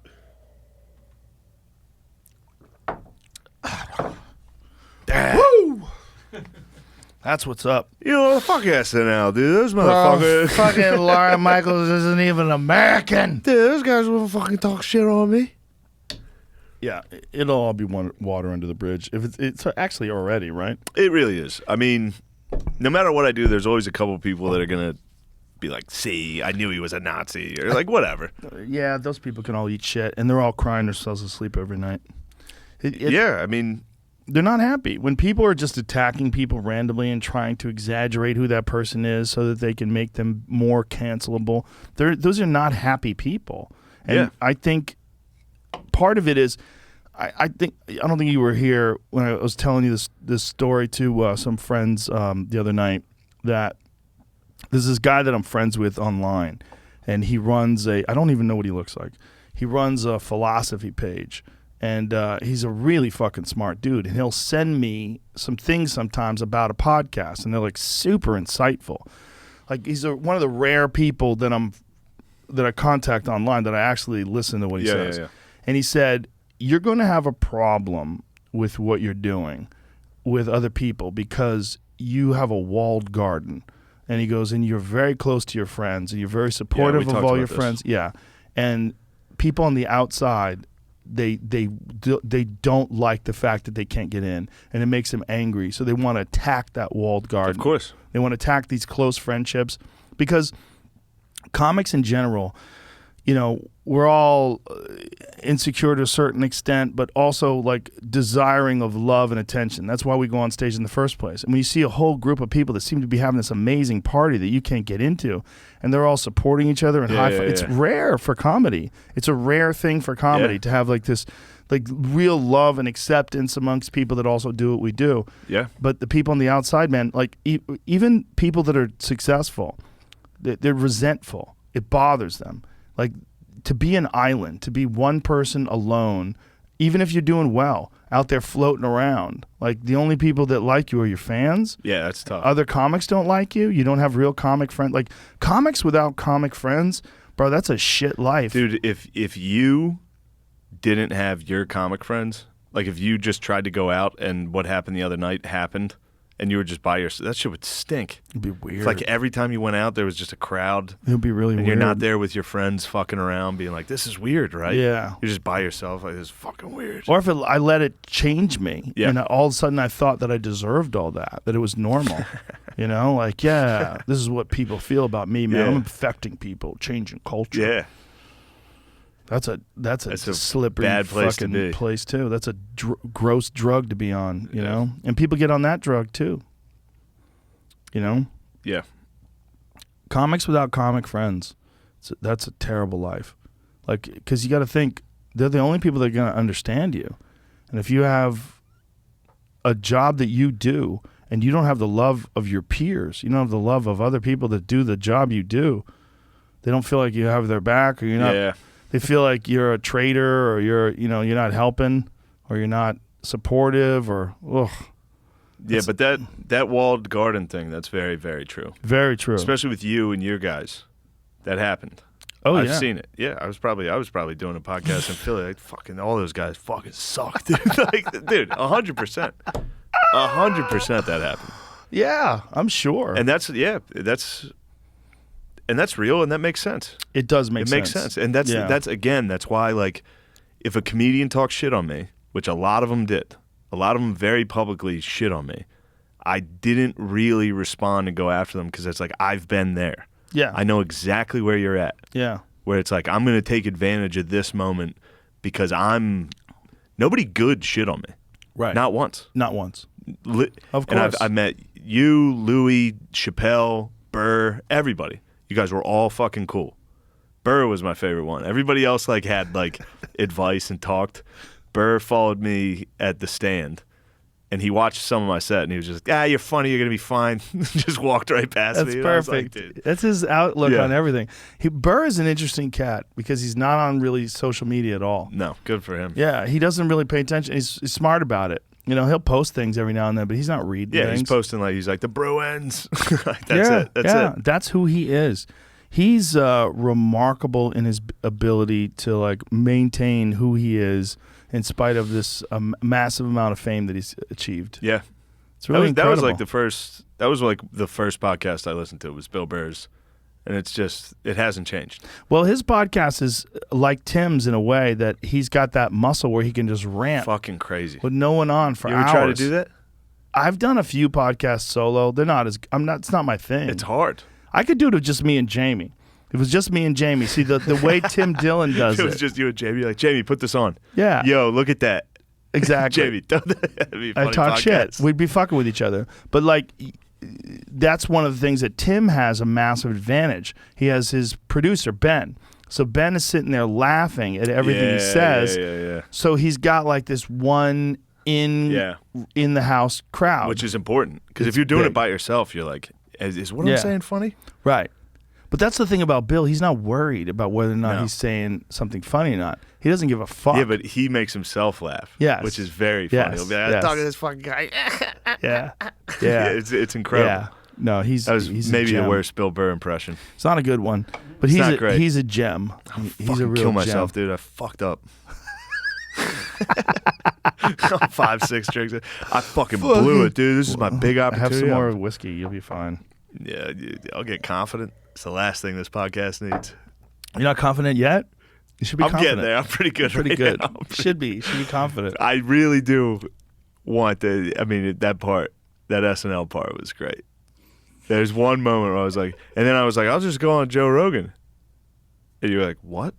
I was waiting for more. I thought I was confused. I know. But I should have helped you there. Dude, you should have seen my face just like, like it was fully like. That was my failure as much as yours. I No, thought about having you on, and I thought about like me even rescheduling people, but I was like this guy's just got to go through this. No, And I also thought that like perspective that you achieve through time is valuable for something like this. You don't want to catch it on the wave. it would have been worse than this. It would have been me. It's not It would bad have at been me all. on there just like, what happened? Everybody's mean.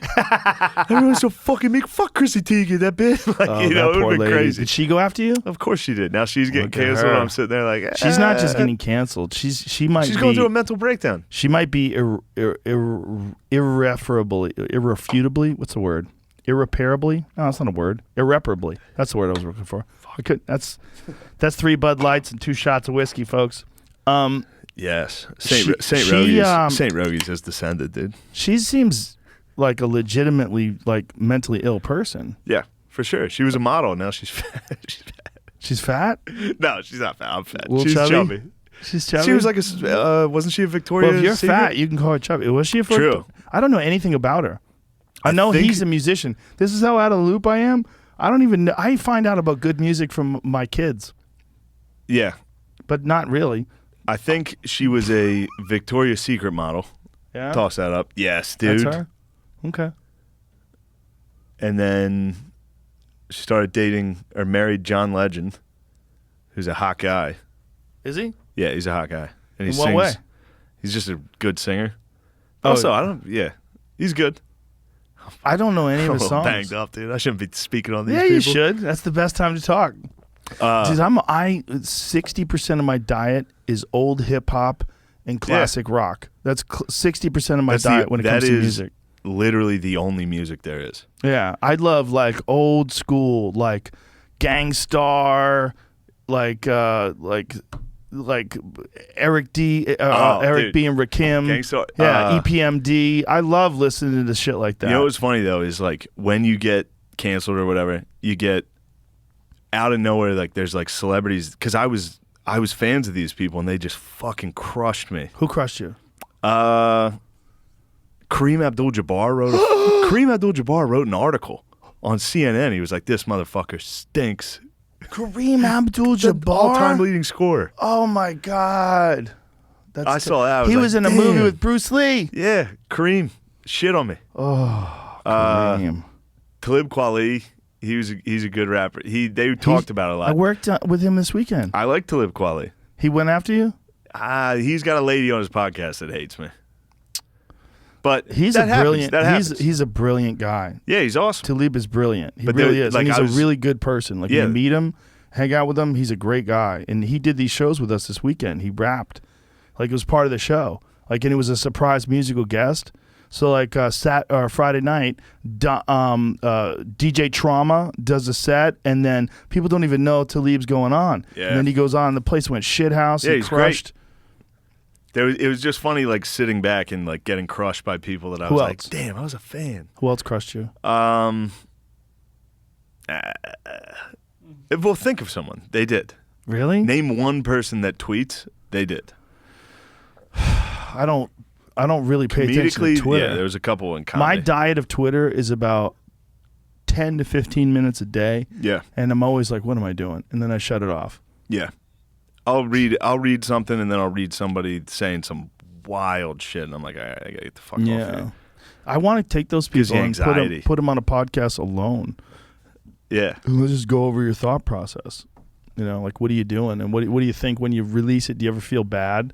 Like, once you say something, like, hurtful yeah. and That was attacking another thing. people? Like, I feel horrible after everything I say. Yeah. Everything I do and say, I'm like, what the? Who the Me too. fuck am I? Why would I Yeah. say this? Yeah. And then that was one thing, and this was a real weird moment of clarity I had while I was getting canceled by these people that have always gone after me. They've always, like in Philly, the alt scene we always had a problem, which Of was course. weird. Always. They're nerds. They are. They're fucking nerds. I played football. They hated me. Huh. And then I was like laying in bed at night, like really thinking about what I had said, why people were upset about it. And I was just like, I don't think they're doing this. I genuinely was laying there. I was like, I don't think they're laying in their bed like, maybe I'm being mean to Shane. Right. Meanwhile, I was laying up at night like, maybe I fucked up. Maybe these people, you know what I mean? And that gave me some assurance of like, at least I'm second guessing myself. I don't think these people are second guessing themselves at all. They will if they have to. And that's the thing. Do you know Jamie Kilstein? Yeah. Do you know the story with him? I've told this Yeah, I've story talked to 100 Jamie times. a lot. Yeah. Jamie was a super social justice warrior. Yeah. and he had like feminist on his instead of his. Back then, you didn't have pronouns on your Twitter bio. Yeah, you have Nobody male had feminists. pronouns. They didn't have pronouns. True. That's new. It's within the last 2 years. But How good is a he/him on a dude? it's amazing. It's like, what are you doing? I'm gonna start putting that on my shit. He, him. If someone does that seriously, unironically, I'm like, okay, cut the fuck. My favorite is like she, they. Yeah. Oh, you mixing it up? Yeah. You're making me comply. I have to say they. If I don't say they, if I don't say her, I'm a piece of shit. But I can say she. Hold on. What? I'm gonna say Marina Franklin. You know Marina Franklin? No. New York comedian. She's great. She has a joke about it. I'm gonna ruin her joke. She has a joke about it. She's like the they them thing. She's a black lady, so she's like, this makes me feel like a fucking slave. She's like, they's gonna be mad. It's like, dude, it's so funny. That's perfect. It's like, what, them down by the river? That's hilarious. Yeah. That's very good. That's very good. Yeah. It's just a way for people to be special that they don't have to put in any extra effort. But it's also a way, legitimately, for certain people that don't feel like they fit in to any gender to try to like have like a path carved out. If you say someone's he, him, there's certain people that just, they don't feel like a he or a him. They feel fucked up. They don't feel, because there's a fucking crazy spectrum of human beings in males and in females. And some people, they don't want to play the game. They're either asexual or they don't care. They don't feel like they fit into gender norms. Listen, when I joke around about shit, I still get it. Oh, for sure. I still get it. Sure. I couldn't imagine what it's like to be a biological male who doesn't identify with being a male, who doesn't want to be thought of as a female, and you want to be they, them. Can you just leave me the fuck alone? I don't want to be a part of your reindeer games. Yeah, but then they're on fucking Twitter. Well, okay. So get off, you know? But sometimes it's not even them. It's like other people that want to like reinforce them that are the most annoying. Of course. Because they're just doing it for brownie points. Of course. Yeah. Yeah, But I get it. Of course. You can't even though making fun of it, I get it. But I make fun of everything. I make fun of my own children. I get it. Yes. I get it. But if you tell me I can't make fun of things, or I'm a racist or a sexist or a homophobe or a transphobe, I say fuck you, because I know what you're doing. Yeah, fuck you. Of course. That's not real. That's not real. You can't. I make fun of everything, including myself. I love me, and I make fun of me. So what? So what are you saying? I can't make fun of you if I love you? I can't make fun of you, or I'm some sort of a person who is I'm in some way demeaning or marginalizing you. That's not true. I'm making fun of life itself. Life itself is a big messy soup of crazy shit, especially being a person. We got billionaires flying into space for no apparent reason. I like billionaire it, space I race. like it. One's gonna die. Yeah, it's gonna be wild. One's gonna blow the fuck up. 50,000 feet in the sky on the way up to space. Their wives just sitting there watching them take off. Like, please be a challenger. Yeah, they're just thinking, give me this money, dude. Chicka, chicka, chicka, Challenger ching. off right now, dude. Yeah, right. It's wild. It's a weird way to die. It's What, an in space? experimental spacecraft. That's a good way to go. That's a fucking good way to go, dude. I'll have a heart attack in a hotel at like the Albany Funny Bone. Some dude's gonna launch into space and be like, "Oh shit!" When a comic dies on the road, that's like for us, it's a little bit like he went out on a shield. It's a Viking funeral, dude. Yeah. You died in Rochester. Yeah. I think George Carlin died in Vegas at a hotel room. Nice. Where he's performing. See if that's true. I believe that's true. That's still a little too glamorous. I'd like to die. The places he was performing were not that glamorous. I hope I'm in Flint. He was like at the Stardust and shit. Oh, really? One of those places. Have you ever? There's something about like the Orleans. Yeah. So he's at a hospital in L.A. All right. Well, they probably The legend was so much better. Where was he when he got before the hospital? Let's say heart failure at a hospital. So Did he have a heart failure? Find out if the weekend before that he was working. How about the guys that die on stage? No. You ever see those? Yeah. he was admitted earlier in the afternoon with chest pains. Shit. Damn it. Damn, the lore was always that he died on the road. Like people say, he died in Vegas. He was working that weekend. He never stopped working. He was George Carlin. He had money in the bank. I hope he I'm could have quit. I hope I'm bombing. I hope a lady says Why? something. I'm like, "What'd you say, you bitch?" You just And then fucking just like, grab his chest. "Ah, you got me." That was a good heckle. Just fucking die. That's Man, I should have hilarious. showed up fucked up. No, we're fine, dude. 1 week after his last performance in Vegas at the All Olympics. right, there you go. I'll take it as a win. That is a win.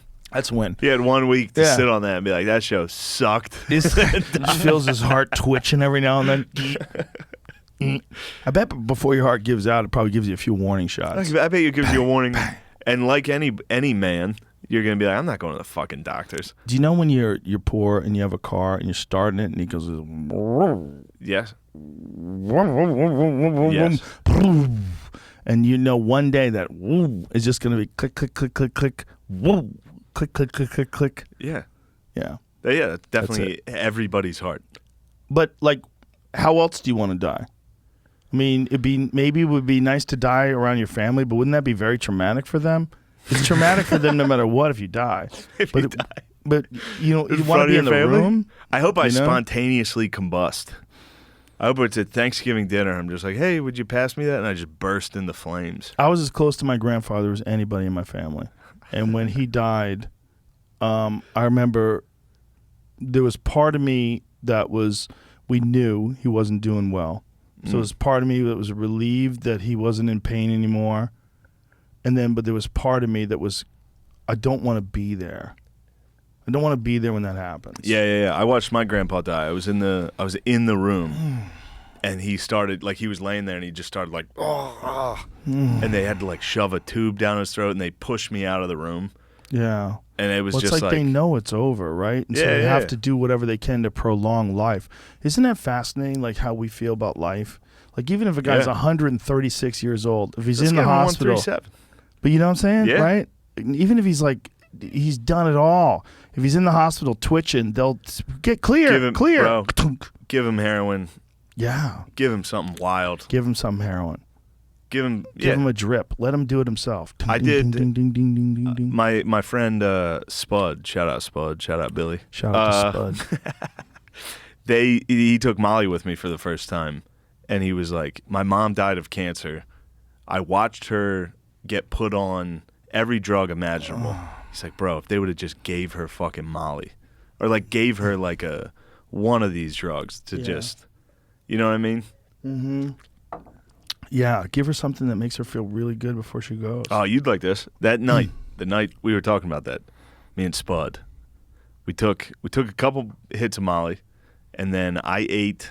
See, I'd always done mushrooms, but I always did a little bit, enough that you'd get giggly.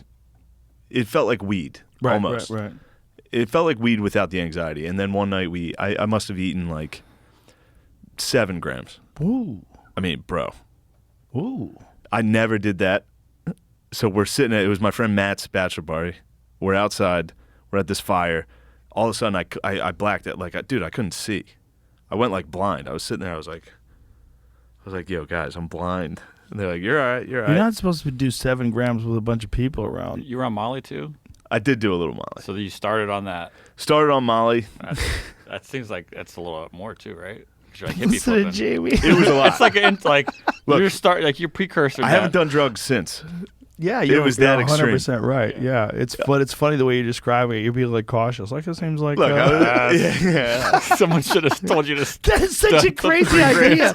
First of all, it's a crazy idea to do Molly and mushrooms together. Yeah. Look, it was the Molly. The Molly took over. Somebody dropped a the Molly big made you do mushrooms. Ziploc bag of fucking mushrooms. Wow. And I was just sitting there munching as many as I Oh could. my god. To the point I was having so trouble swallowing them. dangerous. Is it? No. Yeah, it was. There was nothing you actually never dangerous, really die. but I did die. McKenna thought there was a time I where did die. McKenna did. I think he did some sort of an MAO inhibitor with mushrooms. And it was one of the few times, I've listened to a lot of Terrence McKenna lectures. Yeah. Really interesting. Not really, there weren't lectures. It was he gave these talks that he would do in front of a couple hundred people who travel around the country and do these. And he gave one of them about some combination of drugs. I'm not completely sure I remember, but I think it was an MAO inhibitor and a large dose of mushrooms together. And he said that he could feel his thought process, his ability to think was getting erased. He could like lines of code getting erased. Oh. Yeah, that his ability to process thoughts and ability to communicate was like he could watch it get erased, and he was like genuinely concerned that he was never going to come back from it. I'm paraphrasing it. I haven't heard that in maybe 10 years. The mushrooms thing conversation, but everybody talks. My friend Matt McKusker, he's all about the mushrooms. Shout thing. out to Matt. Matt, the shaman, Matt McKusker. Shout out to the shaman. He's always talking about how it's like a religious ego death. Like he talks about the ego death, and I'm more of a Bud Light guy. You know, I'm like, dude, fuck, what are you talking about? I took that amount of mushrooms fully. Dude, I had a vision of I kept dying, going to heaven, seeing my dad, who's still alive. I would be in heaven with my dad, and then I'd get brought back to life with a paramedic shining lights into my eyes like I was overdosing. It was crazy. I thought you'd be fired up. Wow. Wasn't it wild? That's pretty wild. And wasn't it wild for you? It is. No, I'm trying to absorb it. Wasn't my story wild for you? It is. I'm trying to absorb it. And it was so vivid. I stopped doing drugs. I was like, that was an overdose. That was an overdose that I would have had if I kept doing drugs.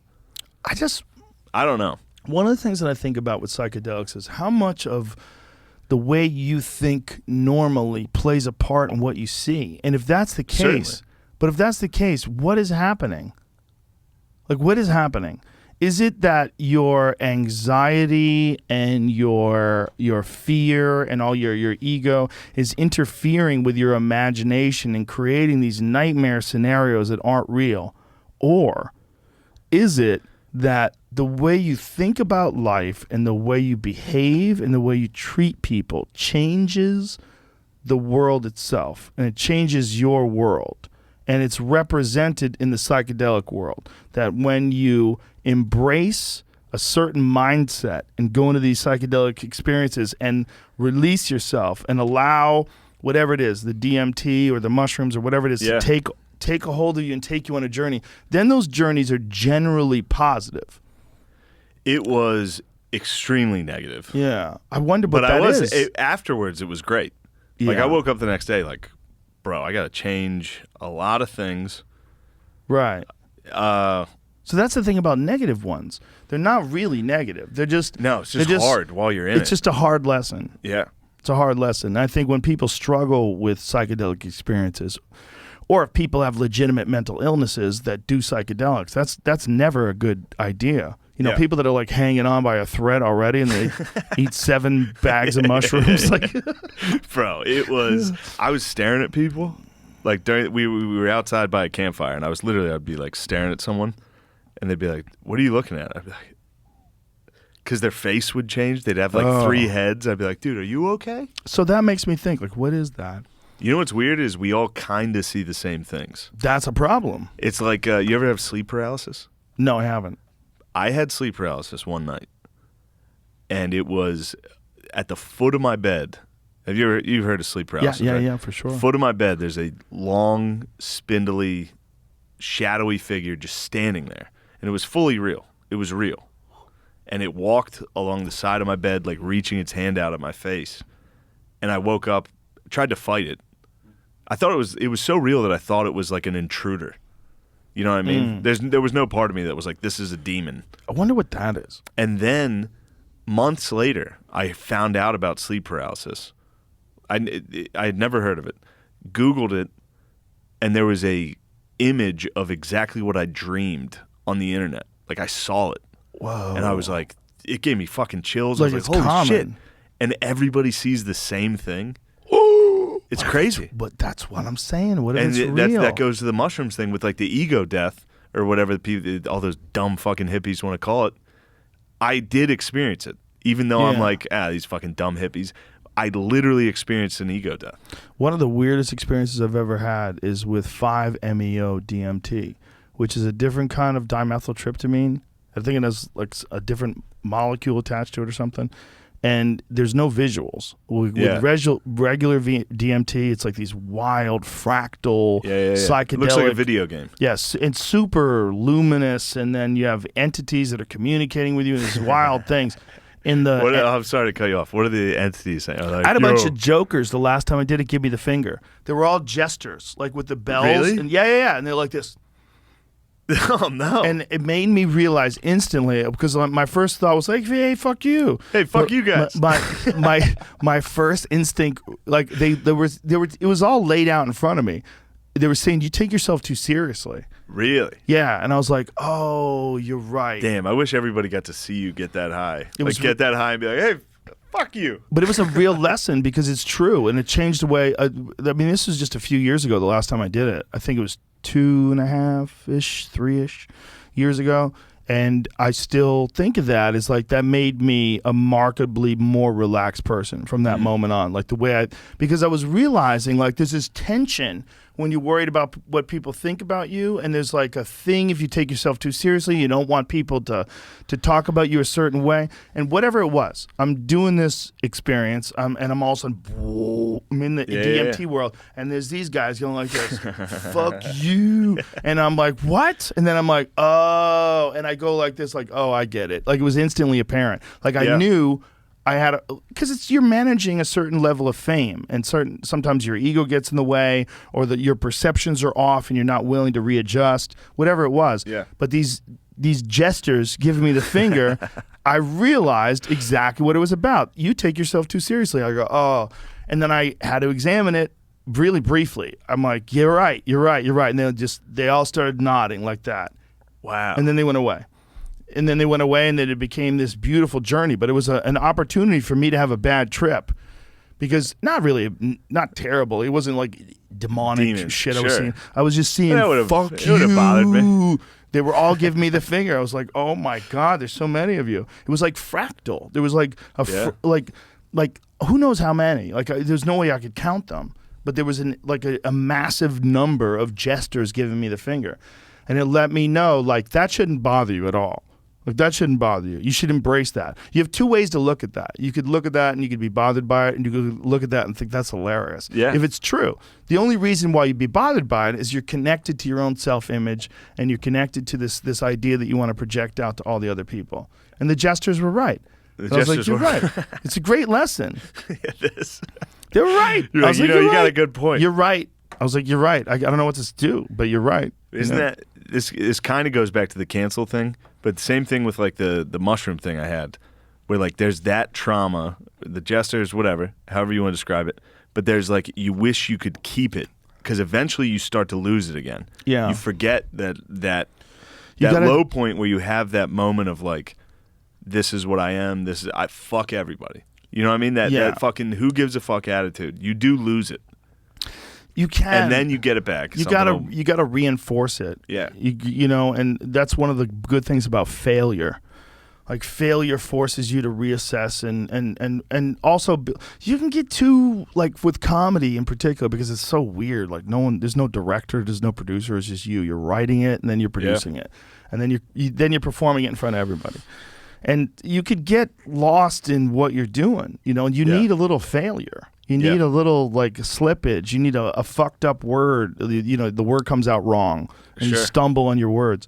Those are good, man. Yeah. They don't seem like they are at the time, but they really are good because that's the only way you're going to like reignite your enthusiasm. Yeah. That's kind of where I'm at, which is like I just started doing the Cellar and everybody there hadn't seen me do stand up. So then I was able to do my best material, my old material.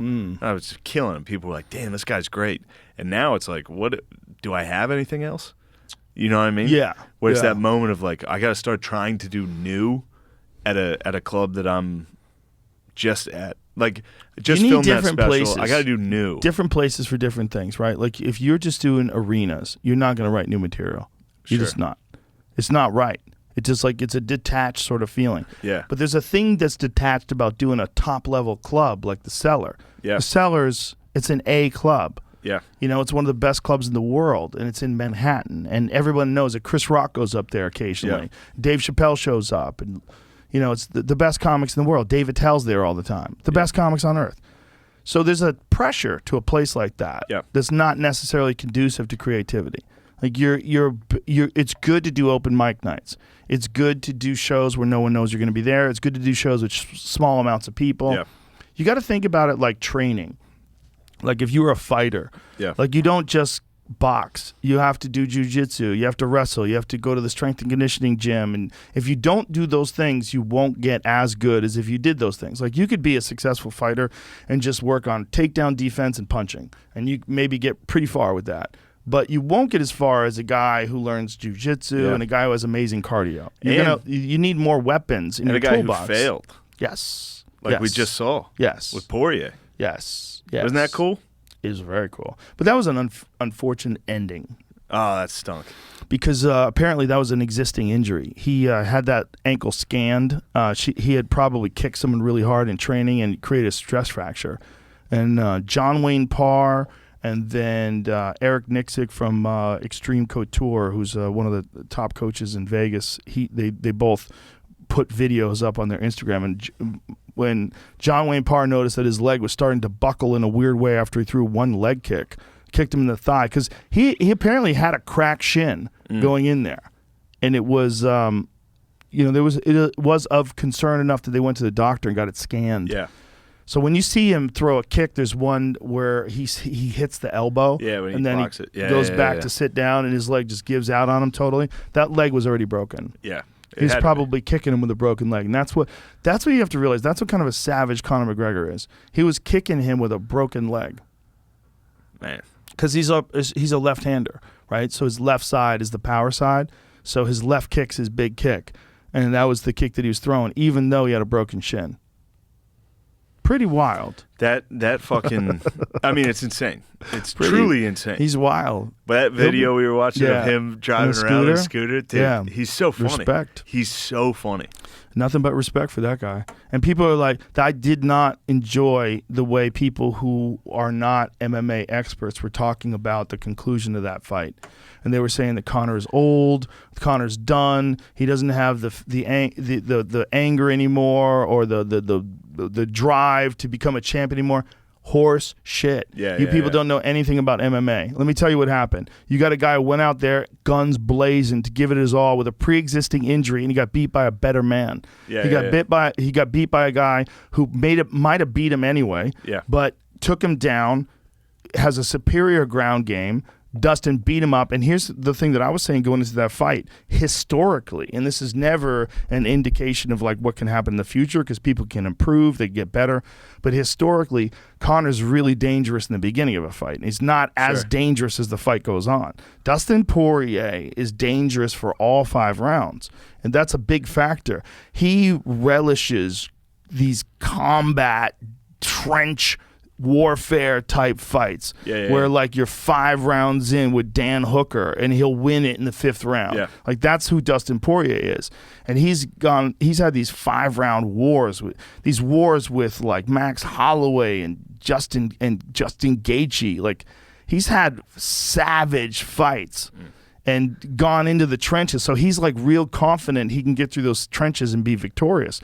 So the problem with the fight is not just that Conor broke his leg. The problem was that Dustin dominated the first round.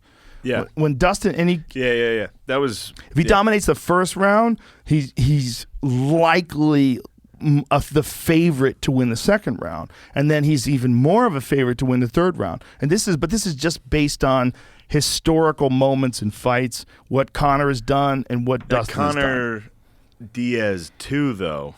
Oh my God, that's I remember next. thinking but the second fight, the third one's next. I guarantee you. Yeah, it's got to be. That's it. It's got to be. That's the fight. You can't go right back to Dustin. How great is Nate Diaz? If Nate Diaz had fights with no time limit, he'd win them all. Exactly. He'd be undefeated. That last one. What the fuck? Crazy. He was. I mean, that's my. He guy. hurts Leon Edwards in the 5th round. He points at him. Yeah, it's like, I got you. He didn't care about winning. Oh my God, I had an argument with someone. They were like, "Yeah, he let Leon off the hook. He should have gone after him." I'm like, you don't know what the fuck you're talking about. He did exactly what you're supposed to do. Leon's not dead. Like you don't just go after him. You go after him. You run into a straight left. Watch Pat Barry versus Czech Congo. Okay, watch Pete Sell versus Scott Smith. Yeah. When people go after people Well, recklessly, that just they happened get to Hardy. cracked. That just happened to Hardy this last weekend. Well, yes, you're right. He thought you're right. because what's his name? He thought Tai Tuivasa was in took trouble. a misstep, Yeah. and he tried to charge him, and he got fucking destroyed. You got to be super careful when you're going after people you think are hurt. And Yeah. people who don't know that, they should shut the fuck up. How great is the that? picture he points at him. Dude, how about his fucking I don't know if it was this one or the last one. His post-fight interview where he was like, yo, house party at my house.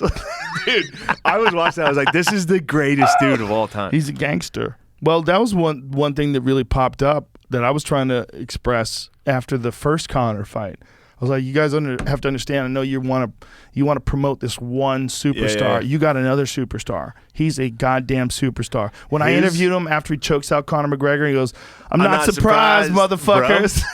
So look, I went into that. You asked me because I was wearing like a Notre Dame polo or whatever. You're like, you're an Irish fan or whatever, and you like Conor McGregor.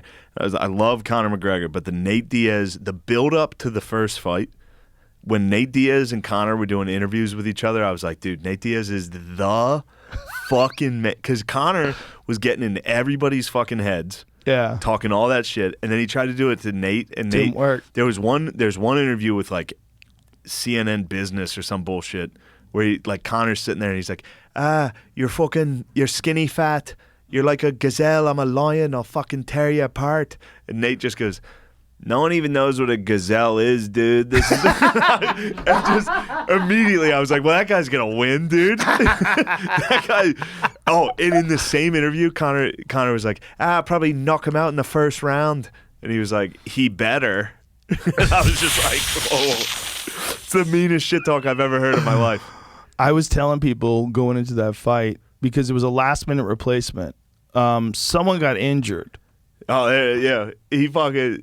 Dude, Yeah. This interview is incredible. I think it was Rafael dos Anjos, who was a dangerous fight for Conor. He's like, Nate, go Give me get some her, of this. Give go me get some her of this. coffee. And Conor, did you change your approach once it got named Nate for your fight? The only approach I changed is I dug the grave a little bit wider, a little Skinny bit fat. longer for Nate's skinny, fat, long body. That's the only difference I made. Look at Nate, Nate. Conor says this has been the easiest training week of his career. Do you think he's Fuck overlooking him. you? Look at the lineups. He has fought little nobodies. Look at my last 20 fights. Better step it up for this one. Conor, your response to that? His last fight was a decision. I bounce heads off the canvas every time. Against a normal-sized human being.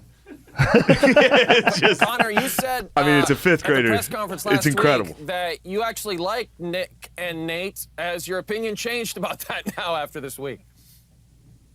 No, there's no emotions in it. I have no problem with him. I'm gonna slap the head off him. It's business as usual. You're gonna I'll do I'll dirty him, and you know, I'll let his gazelle team. You gotta recognize Oh, because here he it is. knows what's real. He knows this is the Yeah. real.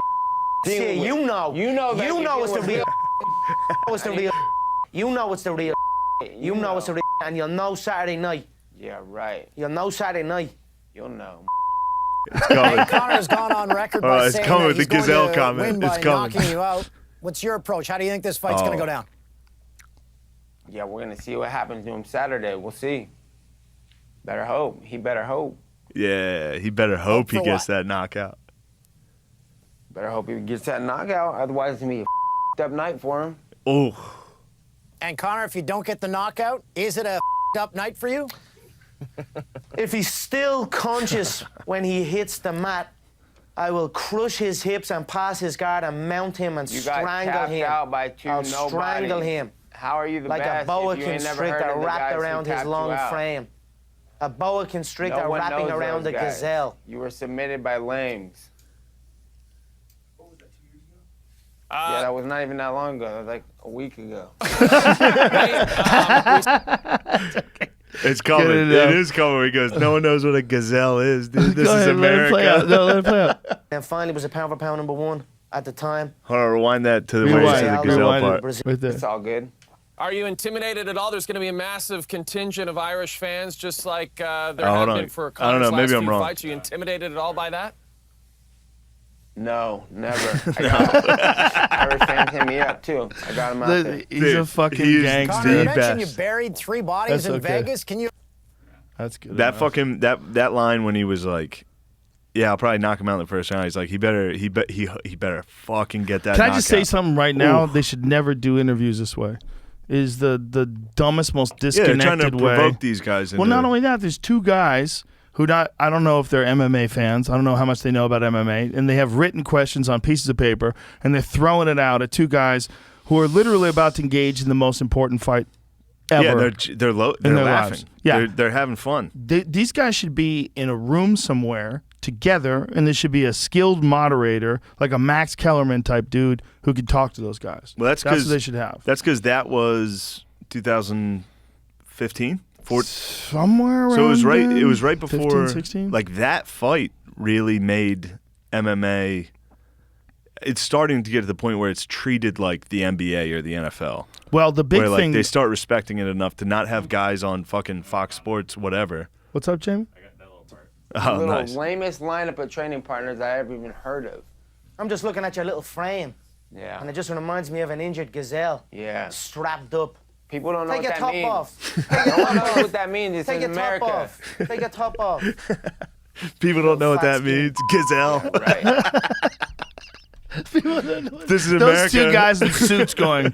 There's just those guys talking about MMA in that context. It seems so preposterous with their little scorecards, like reading off like the little like gotcha questions.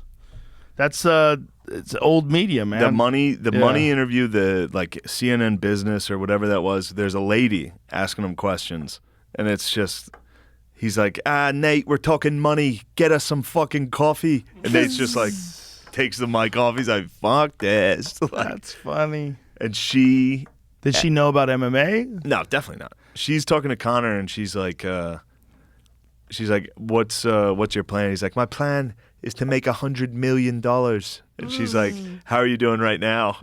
And he goes, I'm steaming right along. Steaming at right the time, along. At the time, he was at fucking. I remember him saying. He said he wants to make $100 million. She goes, how are you doing right now? He goes, I'm steaming right along. So I Googled his net worth. At the time, it was like maybe $1 million. It was just very funny to be like. That's his confidence. And now he is. Now he is there. 5 years later. Now he's worth like $500 million. Now he's I knew that guy was special in 2013. I was watching him fight in England. I reached out to him on Twitter. It was like we had a little Twitter back and forth in Really? 2013. I said, I hope to be calling your fights one day in the UFC. Yeah. That's awesome. Yeah, it's documented somewhere. Him and I going back and forth together. Because I saw him fight online. I was like, this kid is he's moving in a very special way. Actually, you know what? There's a good example of, like, you know how I was talking about earlier about, like, when you see someone say something fucked up and your instant reaction is just like, fuck them. Right. His post-fight interview, where Yeah. that whole thing, it's Yeah. like, bro, he just shattered his leg. Right. Lost What a big would you be rubber saying? match. I would be scream crying. Yeah. I'd be like, you motherfucker, you fucking like, The amount of pain he was in right then too must have and been. he was like animalistically angry. You could see him like, Yeah. I mean, And people are like, why'd you interview him? He actually brought me over. He goes, come on over here, lad. Let's have a podcast. fucking break my fucking leg. He said, like, come on, Joe, let's have a fucking podcast. He asked me to sit down next to him. Like, I was like, how am I going to do this? I feel like I should just get something out of him. No, it was good. Because I knew, even if you recognize the fact that he's emotionally charged up like that, this is just him expressing himself while he was emotionally charged up. And it was Look at truly. that. It says, me and Rogan framed this in the studio. By the way, Connor, I'm framing this in the studio. Bro. Dakota Meyer, our friend from the podcast and Great American Hero, is actually, he's got a company that Bro, does look that. at So that fucking face. We're framing that. That's going to be in the studio. What an So animal. there you go, Connor. What a As beast. soon as he said that, I'm like, of course I'm going to frame that. But he. Take that scooter down here, Connor. Oh, Come dude. on, man. Let's talk. Yeah. Let's have some fun. Come, let's do a podcast, Connor. He's a special person. You know, it's like it takes a special person to even want to fight the way he's fighting with $500 million in the bank. He's probably literally like the richest guy that ever really wanted to fight hard. Yeah. You know? I mean, even Floyd Mayweather, as rich as he is, and he's one of the all-time greats, if not the greatest boxer of all time, he's fighting people that have zero chance of beating him. Yeah. Right? Because he's smart. Because he's like, I'm just going to make a lot of money here. Conor is fighting Dustin Poirier. He's fighting Cowboy Cerrone. He's fighting Khabib Nurmagomedov while he's worth hundreds of millions of dollars. How terrifying is that guy's responses to these things? He's my favorite response ever. It is the scariest. There's nothing like when Conor was like, I only count knockouts in my record. And then you just see like a reply from Khabib that's like, I take people into deep waters and they discover themselves. It's like, dude, what the fuck is this guy talking about? What's scarier than a white Muslim just talking shit, dude? I take people into deep waters and they discover themselves. That terrifying. Should be the name of his book. Dude. That should be the title of his book. Social media. Khabib, he'll just post. Today he posted a picture of like him with a bunch of figs.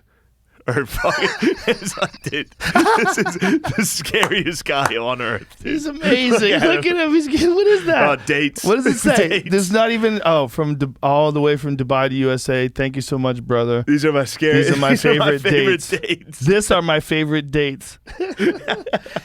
Bro, he smashed everybody. There's never been a guy like him. That guy made it to undefeated as a world champion, and the last guy he beat was what many people thought would be his most dangerous challenge, and he almost had him in the first round. He got him in the second round. Ugh. He's the greatest of all time. That wasn't even close. No, Poirier came close. Poirier came close. Poirier almost got him in a guillotine. He almost got him in a guillotine. Yeah. It was just like a few adjustments, and maybe if he was less tired.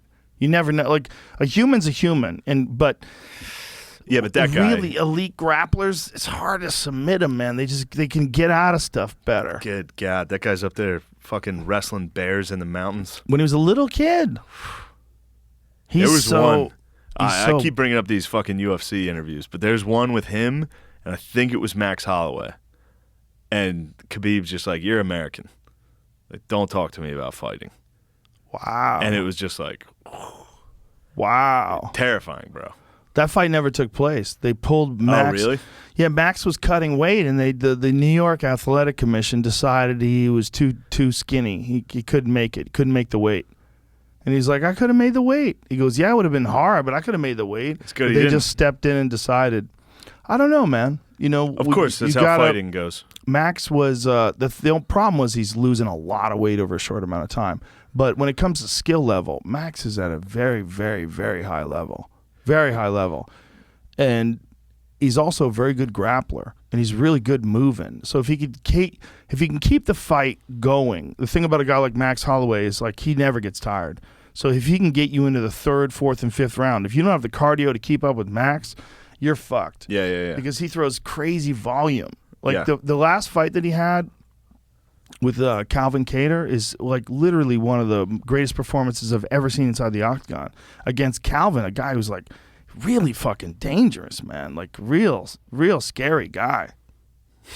No one is ever close to as scary as Khabib, though. It's pretty scary. That while he was fighting Conor, and he was like, "Now we talk." Yeah. It's Come like, on, we're dude, talking. Holy shit. Let's talk now while he's punched him in the face. The best thing he said during the lead up to the Conor fight, he goes, I want to change his face. Think about seeing that. Like, I get upset about comments that are like, he's not that funny. I'm like, what'd you say? But I'm telling Good you, Lord. man, you don't make, like, those guys all need each other. As crazy as that sounds. Like, the sport needs a Khabib. You need a guy who's so ultra, super dominant that he makes everybody else rise up. Yeah. They're all better because of Khabib. Nate and Conor. Yeah. Nate's... Even Khabib. Yeah. Conor needed Khabib.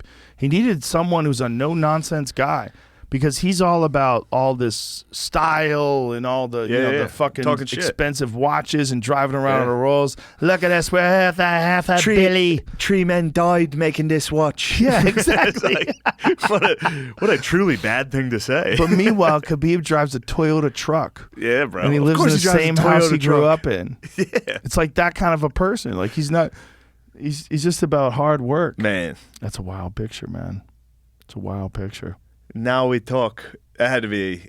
Oh, that had to be a bummer getting hit by somebody being like, now you want to talk. It was a wild fight to call, man. Because then the melee broke out after the fight because Khabib wasn't done. People were talking shit on the side of the ropes, or the side of the cage, rather. He jumped all over the cage. I saw. And went after him. Like, that's a wild motherfucker, That's the dude. craziest thing ever. Wild. Having a fight for 4 rounds with Conor McGregor and then jumping over the cage and fucking up people in the crowd. He's not playing. This isn't a game. No, he's not. He's ready to fight to the death. Yeah, there's no business. Yeah. There was no business. Yeah. You know? It's funny. Don't talk about fights. You live in America. Oh, it was like, he was like, what do you know about fighting? You're from America. He's like, I'm from fucking Dagestan. It's true, though. Yeah, of course it is. Hard places create hard people. That's a hard motherfucker. Kind of incredible. People like that are so important. Nate's because the best. He's one of the best, for sure. Now, I don't know about the best, like, at it. But no, as a character. Just the best guy one of the possible. best ever. Mm-hmm. But all of them, you know what? This is why I've never got into pro wrestling. Like, these guys exist in reality. Yeah, like, they're not scripted. And I know people love pro wrestling, and I get it. And I got into these whole A&E documentaries on pro wrestling Those are recently. good. They were Yeah, really yeah, good. yeah. I was like, oh, I get pro wrestling. Yeah. But for me, the real people are the fascinating ones. Like like Conor McGregor. Like, that's who he is, man. Yeah. Dustin Poirier. That's who he is. That's what's fascinating to me. Francis Ngannou, talking about working in the sand mines when he was 10 years old, digging wet sand. What the fuck, man? Can you fucking imagine? Can you fucking imagine? If you had to fight fucking Francis Ngannou. Just the paralyzing fear you'd have leaving your locker room. You're a firefighter in Cleveland. But he's also the greatest heavyweight of all time. Of course. Francis fought and knocked out the greatest heavyweight of all time in Stipe Miocic. Yeah. It's crazy.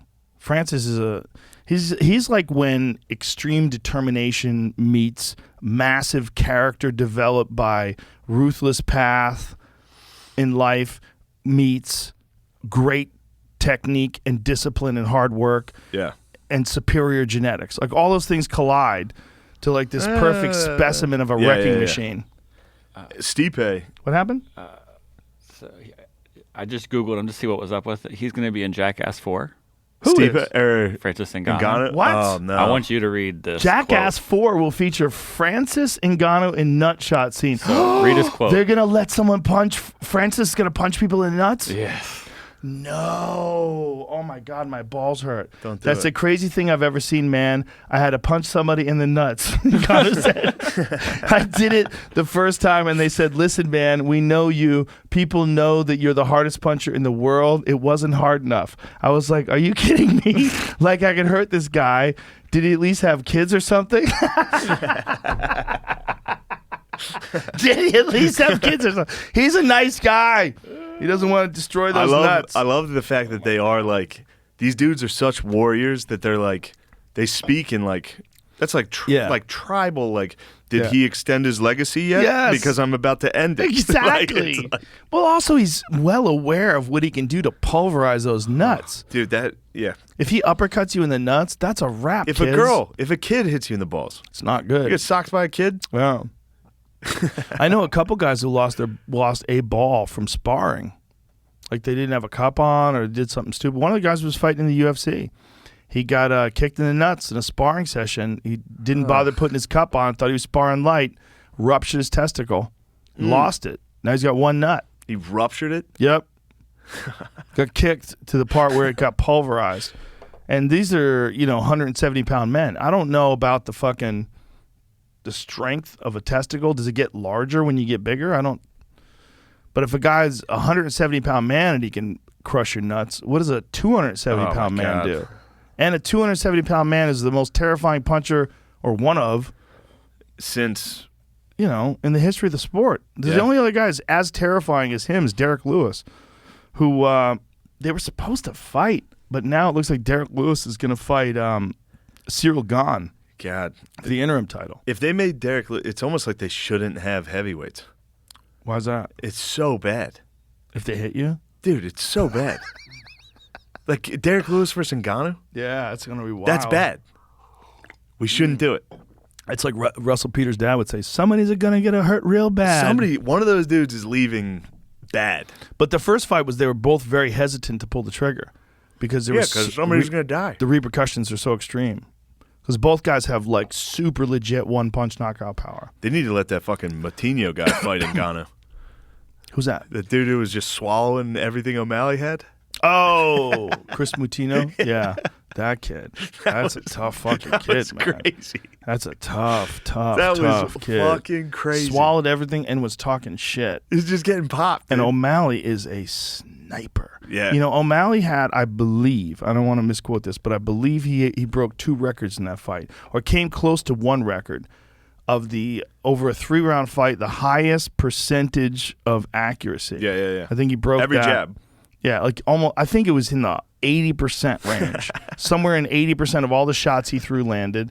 And I think he landed the most amount of strikes, which is crazy too. That Mutino kid Chris Mutino is a monster. He's a monster. Yeah, he well, keeps coming towards. You can't keep doing that. No, no, you can't. That's good. That was it. That was good. You were good for 1 on that one. Look, he's a legend now. True. No matter what, if he retired for the rest of his life, that kid's a legend. I was really shocked they stopped that fight. I didn't know what to say. It was 30 seconds. Yeah, it was. I think it was less. I think it was in the 20s. But it's Yeah. like the thing is, like, Herb Dean is the best. Like, if he stops a fight, I gotta go, man, maybe he's seeing some shit I'm not seeing. I think he knew O'Malley had to finish him for O'Malley's sake. Like, Sean O'Malley was going to go for the kill. Oh, yeah. And it was like, we don't even need to waste our fucking time on this. I understand he went the distance, but, like, we don't need this certainly vicious knockout that is coming. I think you're probably absolutely Yeah. right. Especially a guy like Herb, who's, like, super considerate and really he's about protecting fighters that aren't defending themselves. And that, not defending. he was trying. He has hands up, but the thing is, like, O'Malley was just sliding those punches straight through those gloves, around those gloves. Yeah. He was landing head kicks, body kicks. He was going like this. Yeah. He was dribbling. He's pretending he was dribbling. fucking around. Yeah. He's like, yo, this fight's for the Phoenix Suns. I was just like, He's dude, amazing. These guys are. I love him. Still, again, Nate Diaz, dude. Best post-fight interview. Oh, yeah. I'm not surprised, motherfuckers. I'm not surprised, motherfuckers, is it's the coolest thing you could ever hear. Ever. Especially after you beat the guy who's guy. favored. The guy. Beat the guy. Yeah. You're bloodied. Yeah. Nate Diaz, you just shocked the world. How do you? I'm not surprised, motherfucker. It's like, dude. How about fucking house party at my house, though? I know. No, he's real. He's a guy who's never changed who he is. You know, him and his brother are both like wild fitness fanatics. Oh, his brother just signed to fight. Who did he sign to fight? Robbie Lawler, 265. That's right. Where at? I don't know. Nick Diaz No, it's versus Robbie 265. Lawler. It's What day is September. that? 266. September? I'm sorry, 266. Oh. September 4th. Yeah, I don't think I'm going to be there for that one, unfortunately. So T-Mobile Arena in Las You ever watch? Vegas. I watched Nick Diaz brothers compilations on YouTube. Yeah, they're amazing funny as it characters. gets. And they're the real deal. Those guys do a lot of triathlons. Yeah, That's one of the reasons why they're so durable. They're always in insane shape. They don't get tired like everybody else gets tired. They have insane endurance. Like Nick, he swam back from alcohol. This is like from the last time I talked about this was like 4 or 5 years ago. But he swam from Alcatraz 5 times. yeah. He might have done it more since then. Because I said 2 once. He goes, no, 5 times now. I was like, 5 times. September 25th, actually. Is what it September 25th. Yeah, I'm out of town that weekend, unfortunately. Look at that fight. That's a wild fight, says. It's man. a 5-rounder, I believe. And he hasn't fought. I mean, when was the last time Nick fought? I want to say it's Anderson Silva. That fight where he pretended to lie down on he the kept ground, laying put his down. hands Yeah. Yeah. It's going to be wild. Let's wrap this up, Shane. Yeah, man. I think we did more than 3 hours, right?